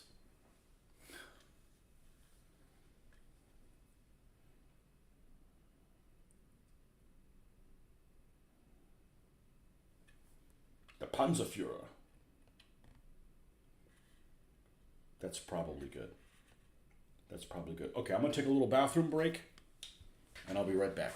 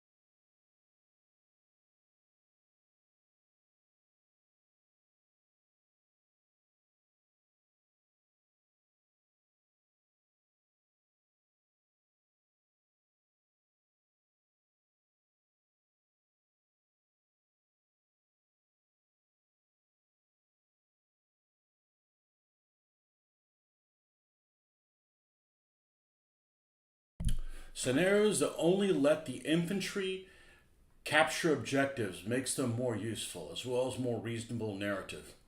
Absolutely. It's all important. What I'm interested in seeing in a war game, and I've played those 1 to 5 scale games, and they're okay, but they don't excite me to look at individual details on individual tanks because it's irrelevant. I played Flames of War, and I love Flames of War's website. I really do. There's some really useful stuff for all of us there. But their game is bunk as far as I'm concerned because, oh, it's a long-barreled Panzer III. Well, which one? It doesn't matter. Not to you. Is it a J? Is it an L? Is it an M? You know, does it have Schertzen on it? Is it, you know? I'm a 1/35th scale modeler at heart. I still have some of that. I'm a recovering 1/35th scale modeler. I'm not, what am I doing wrong? If I do it like this, is he more or less leaned in? It made it worse. Okay. So maybe like that. Okay. I think we nailed it. We will leave his little Nazi ass alone. And it's a shame that I played with this so long without the little side skirts on there. But I actually like the way it looks without any side skirts even more. But this is the wrong hole for it because I've got some pins pushing this track down because it is super wonkish. And I did find that barrel, by the way. But I'm going to leave this one alone because it protrudes more than the other one. It just looks less incorrect. So this is all we're going to do to that one for a time being. All right, now over to, and we'll keep this guy with a binocs handy because we can put him well, we can put him in the other King Tiger. We can paint 2 Nazi stooges while we're at it.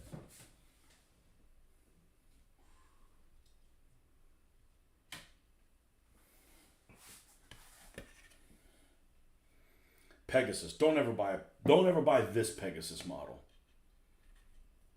Yeah, that's freaking fantabulous. He's fantabulous. Because I don't have a specific commander for this yet. I mean, I could take him from one of the other ones. Excellent. I can't wait to do another King Tiger. I don't know. I've just never done any of them. There's just a lot of cool. I want to do one with blue numbers. I don't have any blue numbers yet. Something different.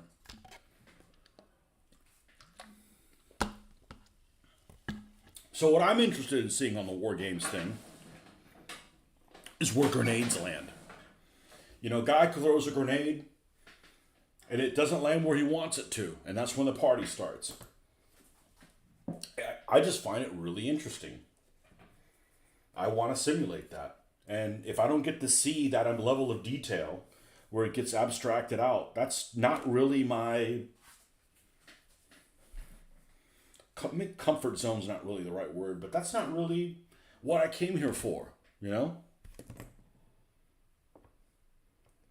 Like, I don't go and, you know, if we're talking about war movies, I don't want to watch a war movie about, I want to see tactics and equipment in action. That's what I show up for. I don't want a life lesson. I don't want a morality lesson, you know? I want to see tactics and equipment in action.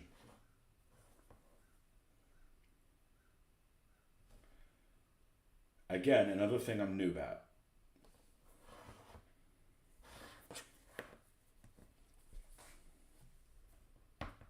Can we do a 2-for-1 sale on these guys?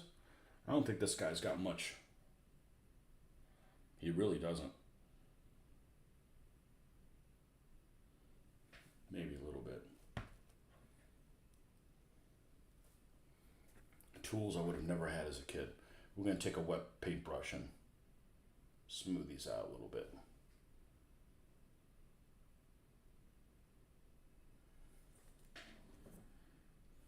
Less is more.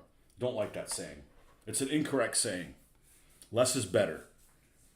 Less is never more. Less is always less. Therefore, that's why it's called less. But more can be too much. I think this, I don't really have a purpose for this particular brush, so You're getting drafted.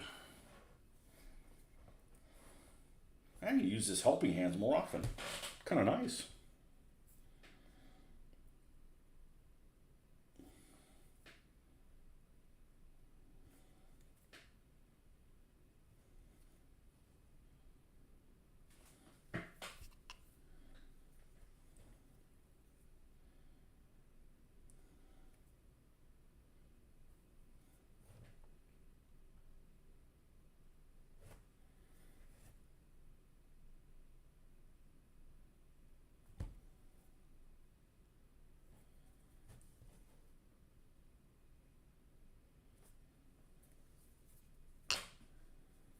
Yeah, it's all important.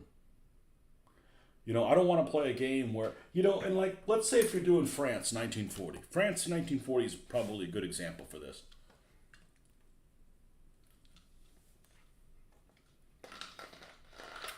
If you play something like Command Decision, all it has for French tanks is crew quality, which can be good. The French didn't have shit troops in 1940. They just got outmaneuvered. And tactically, they were kind of at a disadvantage. But they have good armor. If you're talking like S-35s, D-2s, and Charbys, they had okay mobility. Well, the Charbie was slow, but good armor, front and side, and decent troop quality, and a decent gun if you got the 47 millimeter. The French 47 is better than heck any German gun. I have to look at the Czech 47 that was on the Panzerjäger ones may have been a little bit better than the French 47, but the 47 was plenty good to pop Panzers. The problem is that they have a one-man turret.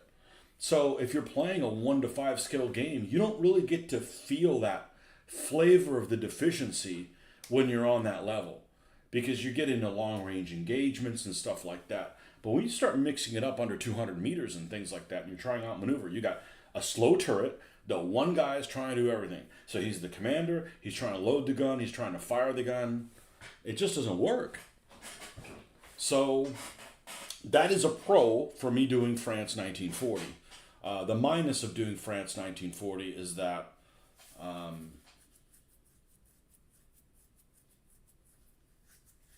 can't stand German tanks without the little turret basket in the back. They just look so wrong. But I can use the Czech tanks, and I love the Czech tanks, and I already got some of them. So maybe. And this model makes some great looking French tanks. They make a lot of... They don't make the Charbie, I don't think, but they make all the other ones. Well, they can't all be Charbies.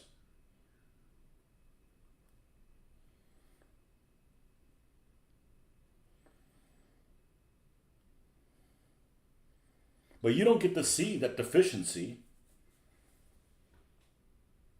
if you're playing a game that's operational as much.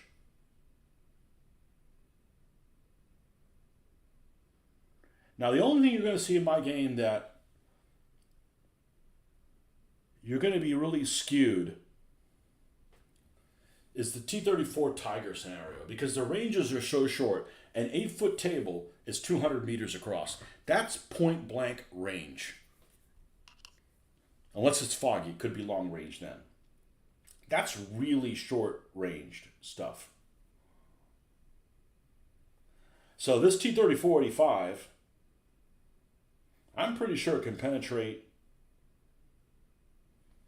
the front of a King Tiger if it's right next to it.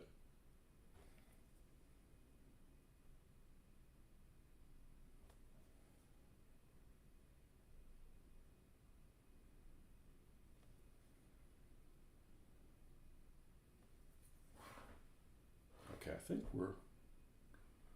that'll work really well. 38T is such awesome little tank, and the Hetzer is like a top 5 BD for me. Yeah, it's really good in roll of tanks too. Not that that's a factor.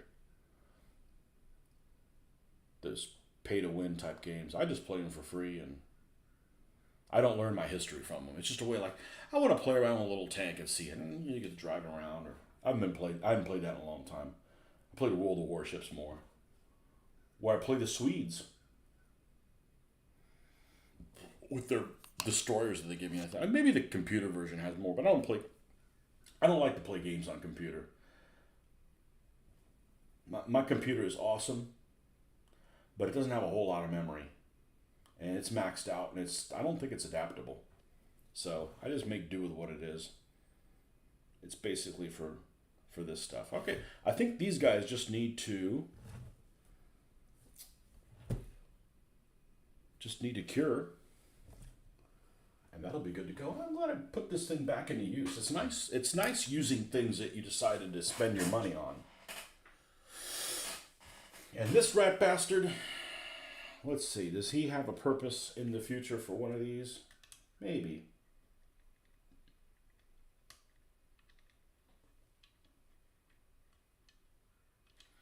I'm going to go ahead and clean him up. Maybe we'll paint him up at the same time.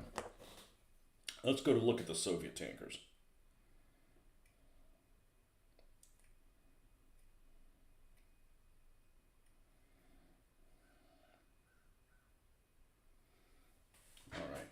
He doesn't need to.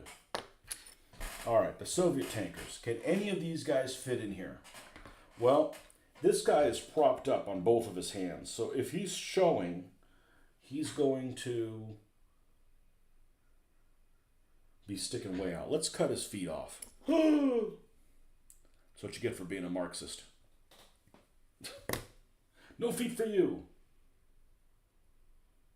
Ooh, a little bit lower. A little bit lower. Now these are soft plastic, and I've painted some of these figures, and other than not being able to scrape the flash, you have to actually cut it off. They're great figures. I mean, they're not that soft, and they have really good detail.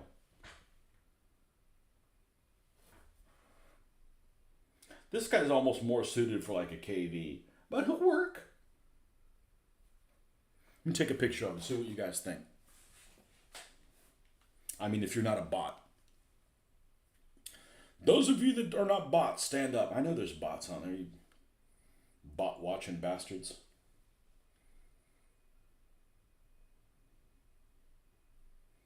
See if we got a good picture of his face. It's pretty good. He actually looks better than that. Almost looks like he's got a monocle. He's a great looking figure.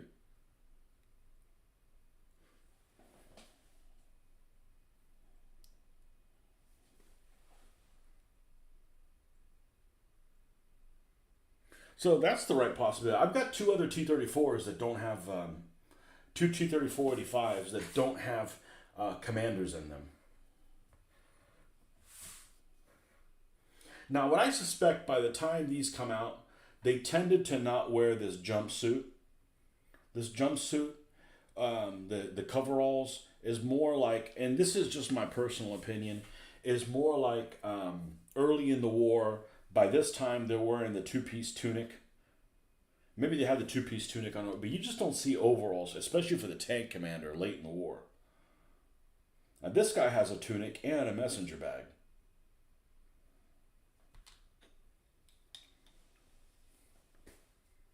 Very unexpressive. Yeah. Well, you know, if the Soviets lose the war, it's bad for him. If they win, it's also bad for him. He's not going to get the shop at IKEA anytime soon. These robots are worthless. Let's cut this guy's feet off. Aye.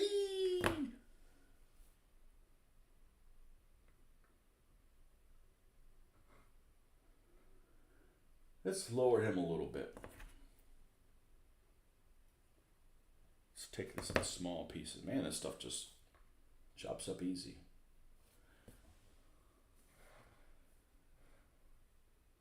Yeah, that looks pretty good too. Alternative, I can go even a little lower. So he's just looking right over the hatch. We don't want to expose ourselves too much. It's not that kind of party.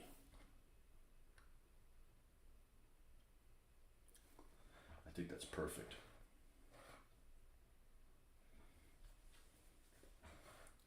I think that's perfect. And T-34s, 85s, unlike the 76 versions, have a commander. So he can be doing that, and the gun is functioning still. You do that at a T-34 76, nobody's firing the gun.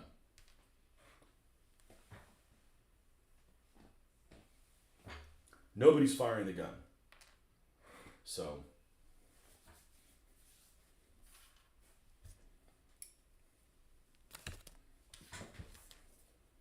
I actually found, I talked about this the other day. You might have been on here, Fred. Talking about slogans. And in Call of Duty World of War, I'm gonna use a new one of these. I'm gonna save that one because it's okay. But I'm gonna use a new one for what I'm about to do because I need precision. In Call of Duty World of War, one of the things you could do, way back when, whenever that game came out in 2015, whatever, it was a while ago. There's a part where you play a T-34-85. And I forget what the name of it is, but there's other T-34-85s you encounter in your platoon, and they all have names, and you go out on a mission together, and you blow stuff up and things like that. And when you point at them, it tells you what the name of the actual tank is.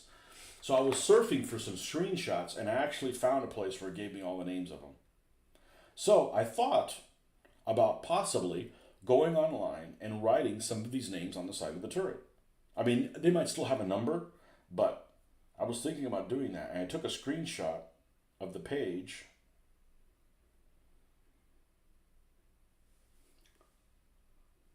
Oh, hold on a second. Is this a work thing? No, it is.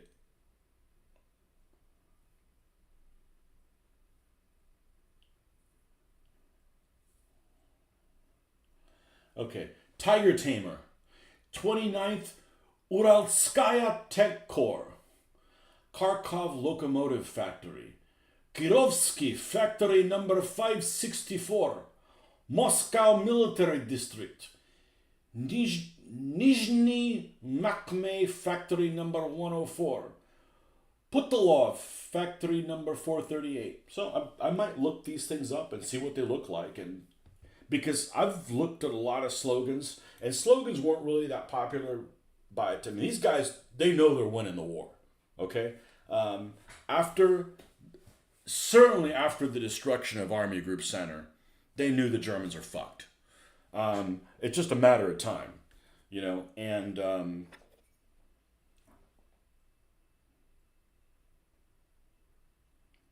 going to trim this off shortly, so they don't need to have, you know, motivational phrases.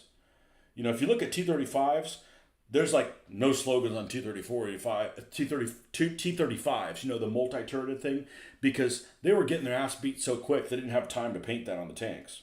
You know, by the time all the T-35s stop functioning or get captured or get abandoned, you know, like, you know, we better put these slogans on our tanks to motivate our troops. Well, let's not do any of the T-35s. None of them are running anymore, you know? So you don't need to do that on the T-35s.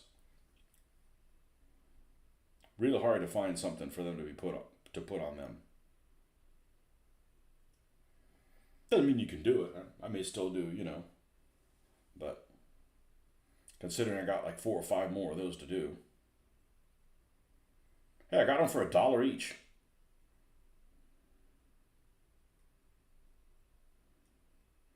If somebody else would have bought them, I don't get to paint them and you guys don't get to see them. It's a win-win. Okay, this guy's got... These are figures by Orion. And if all of their figures are like that, I'm a fan of Orion. And I don't know where they're from. Russia, Ukraine. Same thing. You know, aren't the Ukrainians... Isn't Ukraine the original Russia? Kind of. I mean, it was... Not to get into politics, I don't want to talk about that. Is that war still going on? I don't like the renaming pronunciations of things. It will always be Kiev to me. It was Kiev when the Kievan Rus were there. So, and that predates the Russian princes. Anyhow, same people as far as I'm concerned.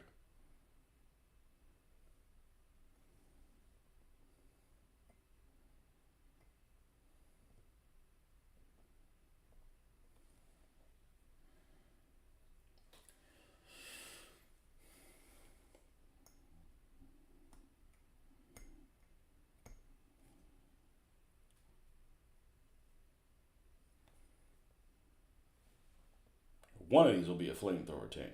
It will not be one where the crew is exposed.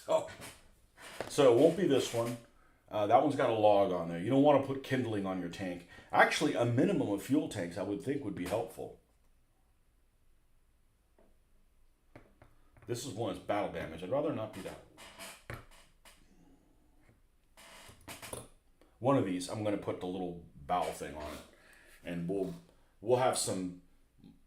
It'll be charred on the front. Let's put it that way. I got enough T-34s. I can afford to make one of them a Flammenwerfer, Flammpanzer. Okay, let's not cut that off. This little helmet. This is the only problem with these plastic figures, is that they have some flash, and it's a shame because these figures are they're borderline gorgeous. They're really nice figures. And yeah, they're soft, but they're not bendy.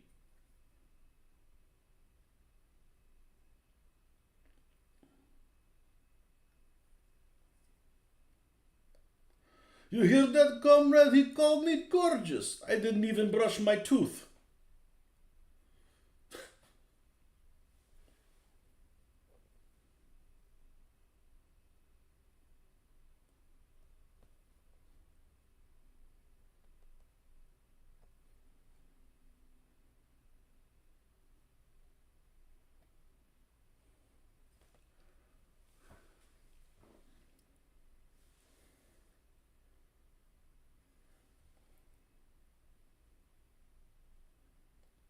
I'm going to get this cleaned up nice because we're going to end up taking some close pictures of this dude.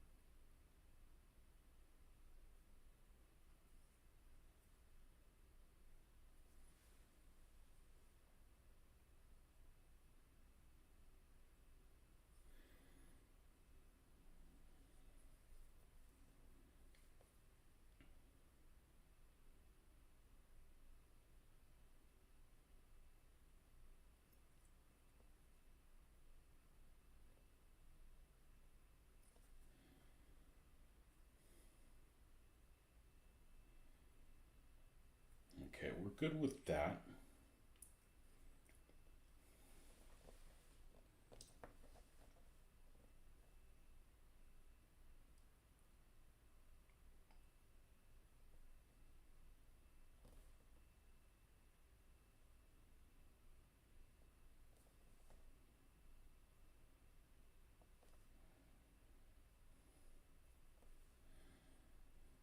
Okay, good. We got that out of the way.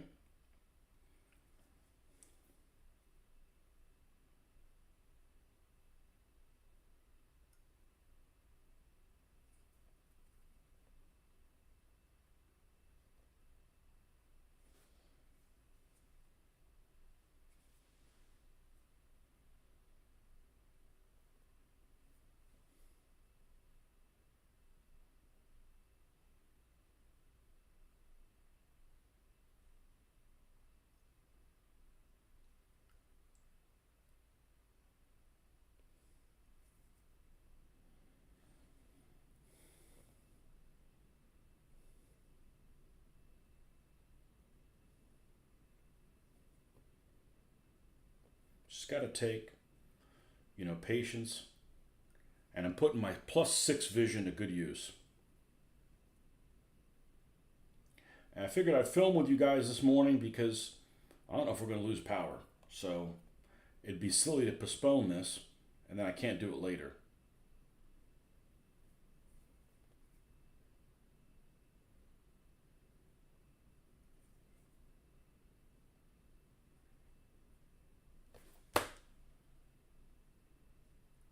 I think we got a good comrade.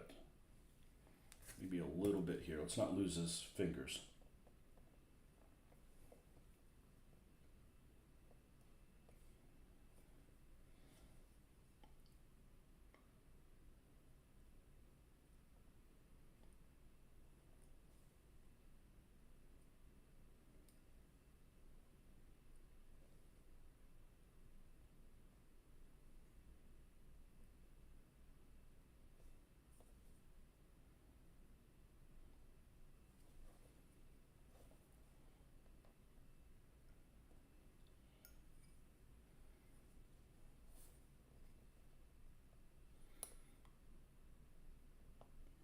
If you scrape this stuff, you actually make it worse. And that's really hard to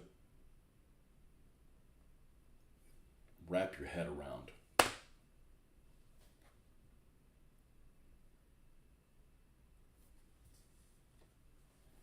just realized I didn't look at the weather report at 8. The updates every 3 hours.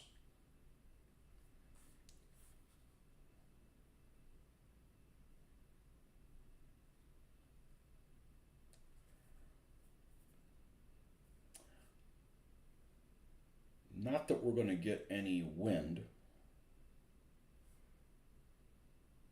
any severe damage. Let's see what this thing's freaking huge though. It's so wide.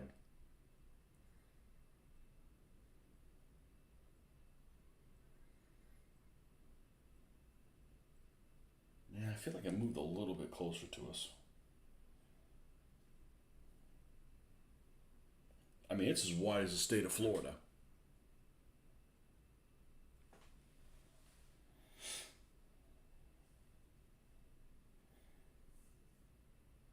What's it get up to?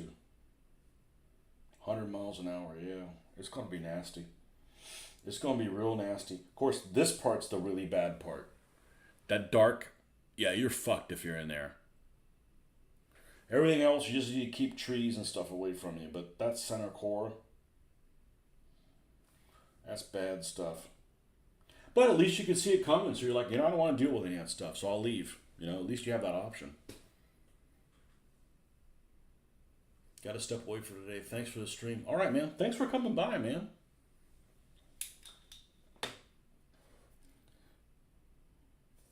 Okay, so this guy's good to go. Or good to prime. Now we got to do something. This guy's got a lot more. Flash.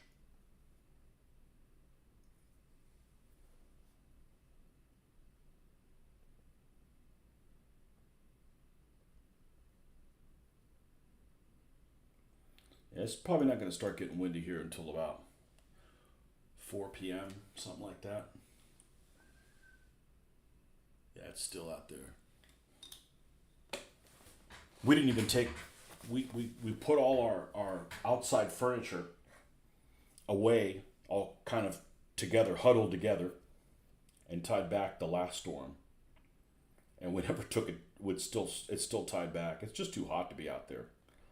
So that doesn't need to be done, but I got to take the flagpole down and stuff like that. So wife is going into town right now and taking care of something she needs to do. When she comes back, I'll stop the stream and we'll go work on the outside stuff. Don't know if we'll be back today, but we will if we can.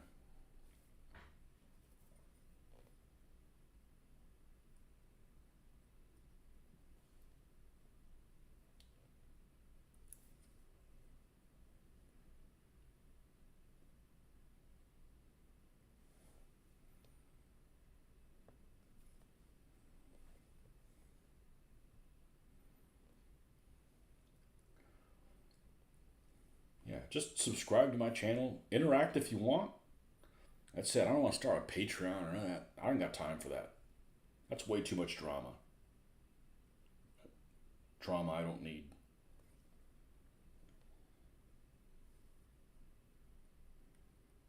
Now, if I quit my job, yeah, I'll need a Patreon. You guys gotta donate lots.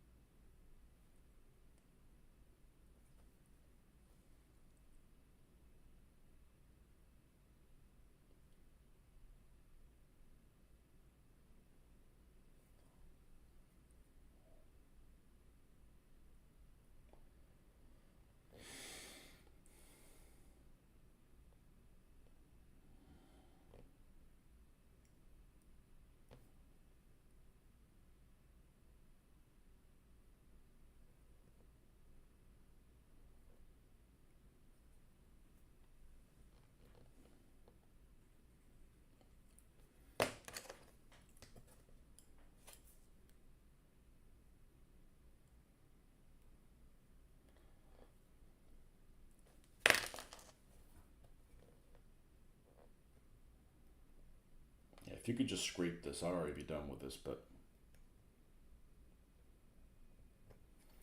look, plastic figures just gives you access to other figures that you normally wouldn't have.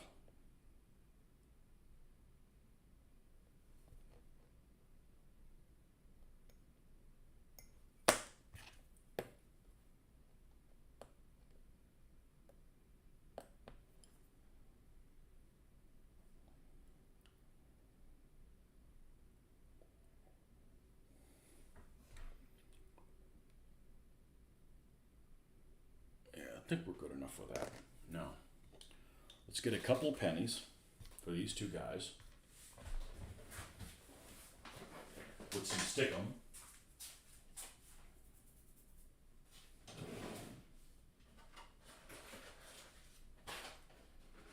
As I like to call it.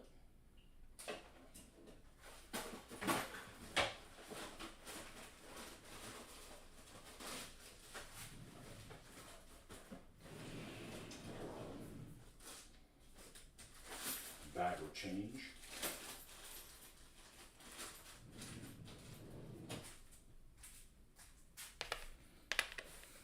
Two? No, we gotta do the Nazis too. 1, 2, 3.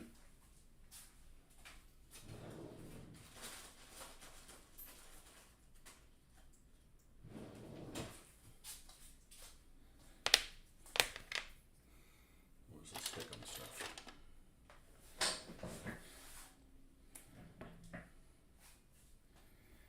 This stuff works pretty well. The other stuff that works really well is the masking stuff.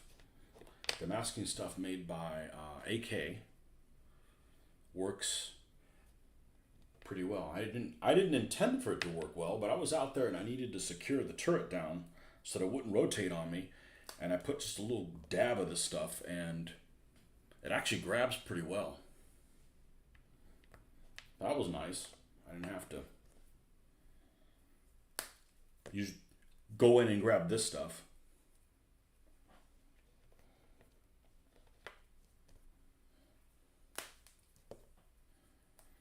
I love using pennies because you just can rotate it in your hand as you need it. All right. White tack. That's what this is called. All right. We're going to put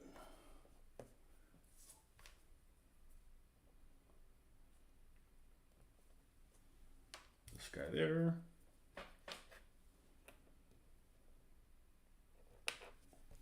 This guy there.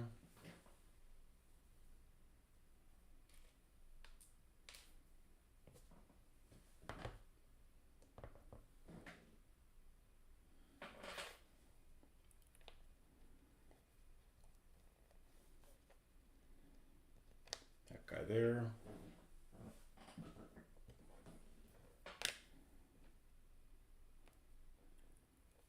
That guy there. And where's this?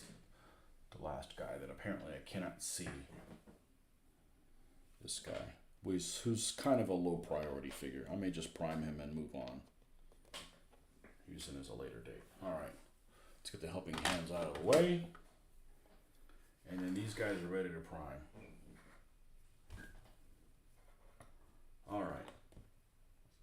These are curing. And these are the tow hooks and so forth of these items. I'm going to wait for those to harden up a little bit more.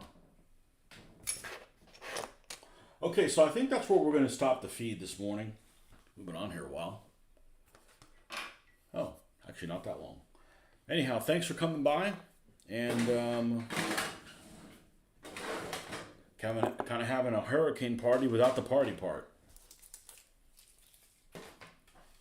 And you get in a habit of doing this, of picking up all of my stuff from my work area when I'm done.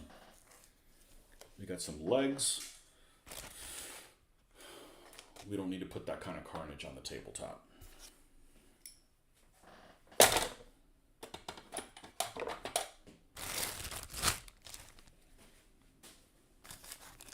And, oh, here's the other one. I could have done another one with auxiliary tanks. Well, I could still do that.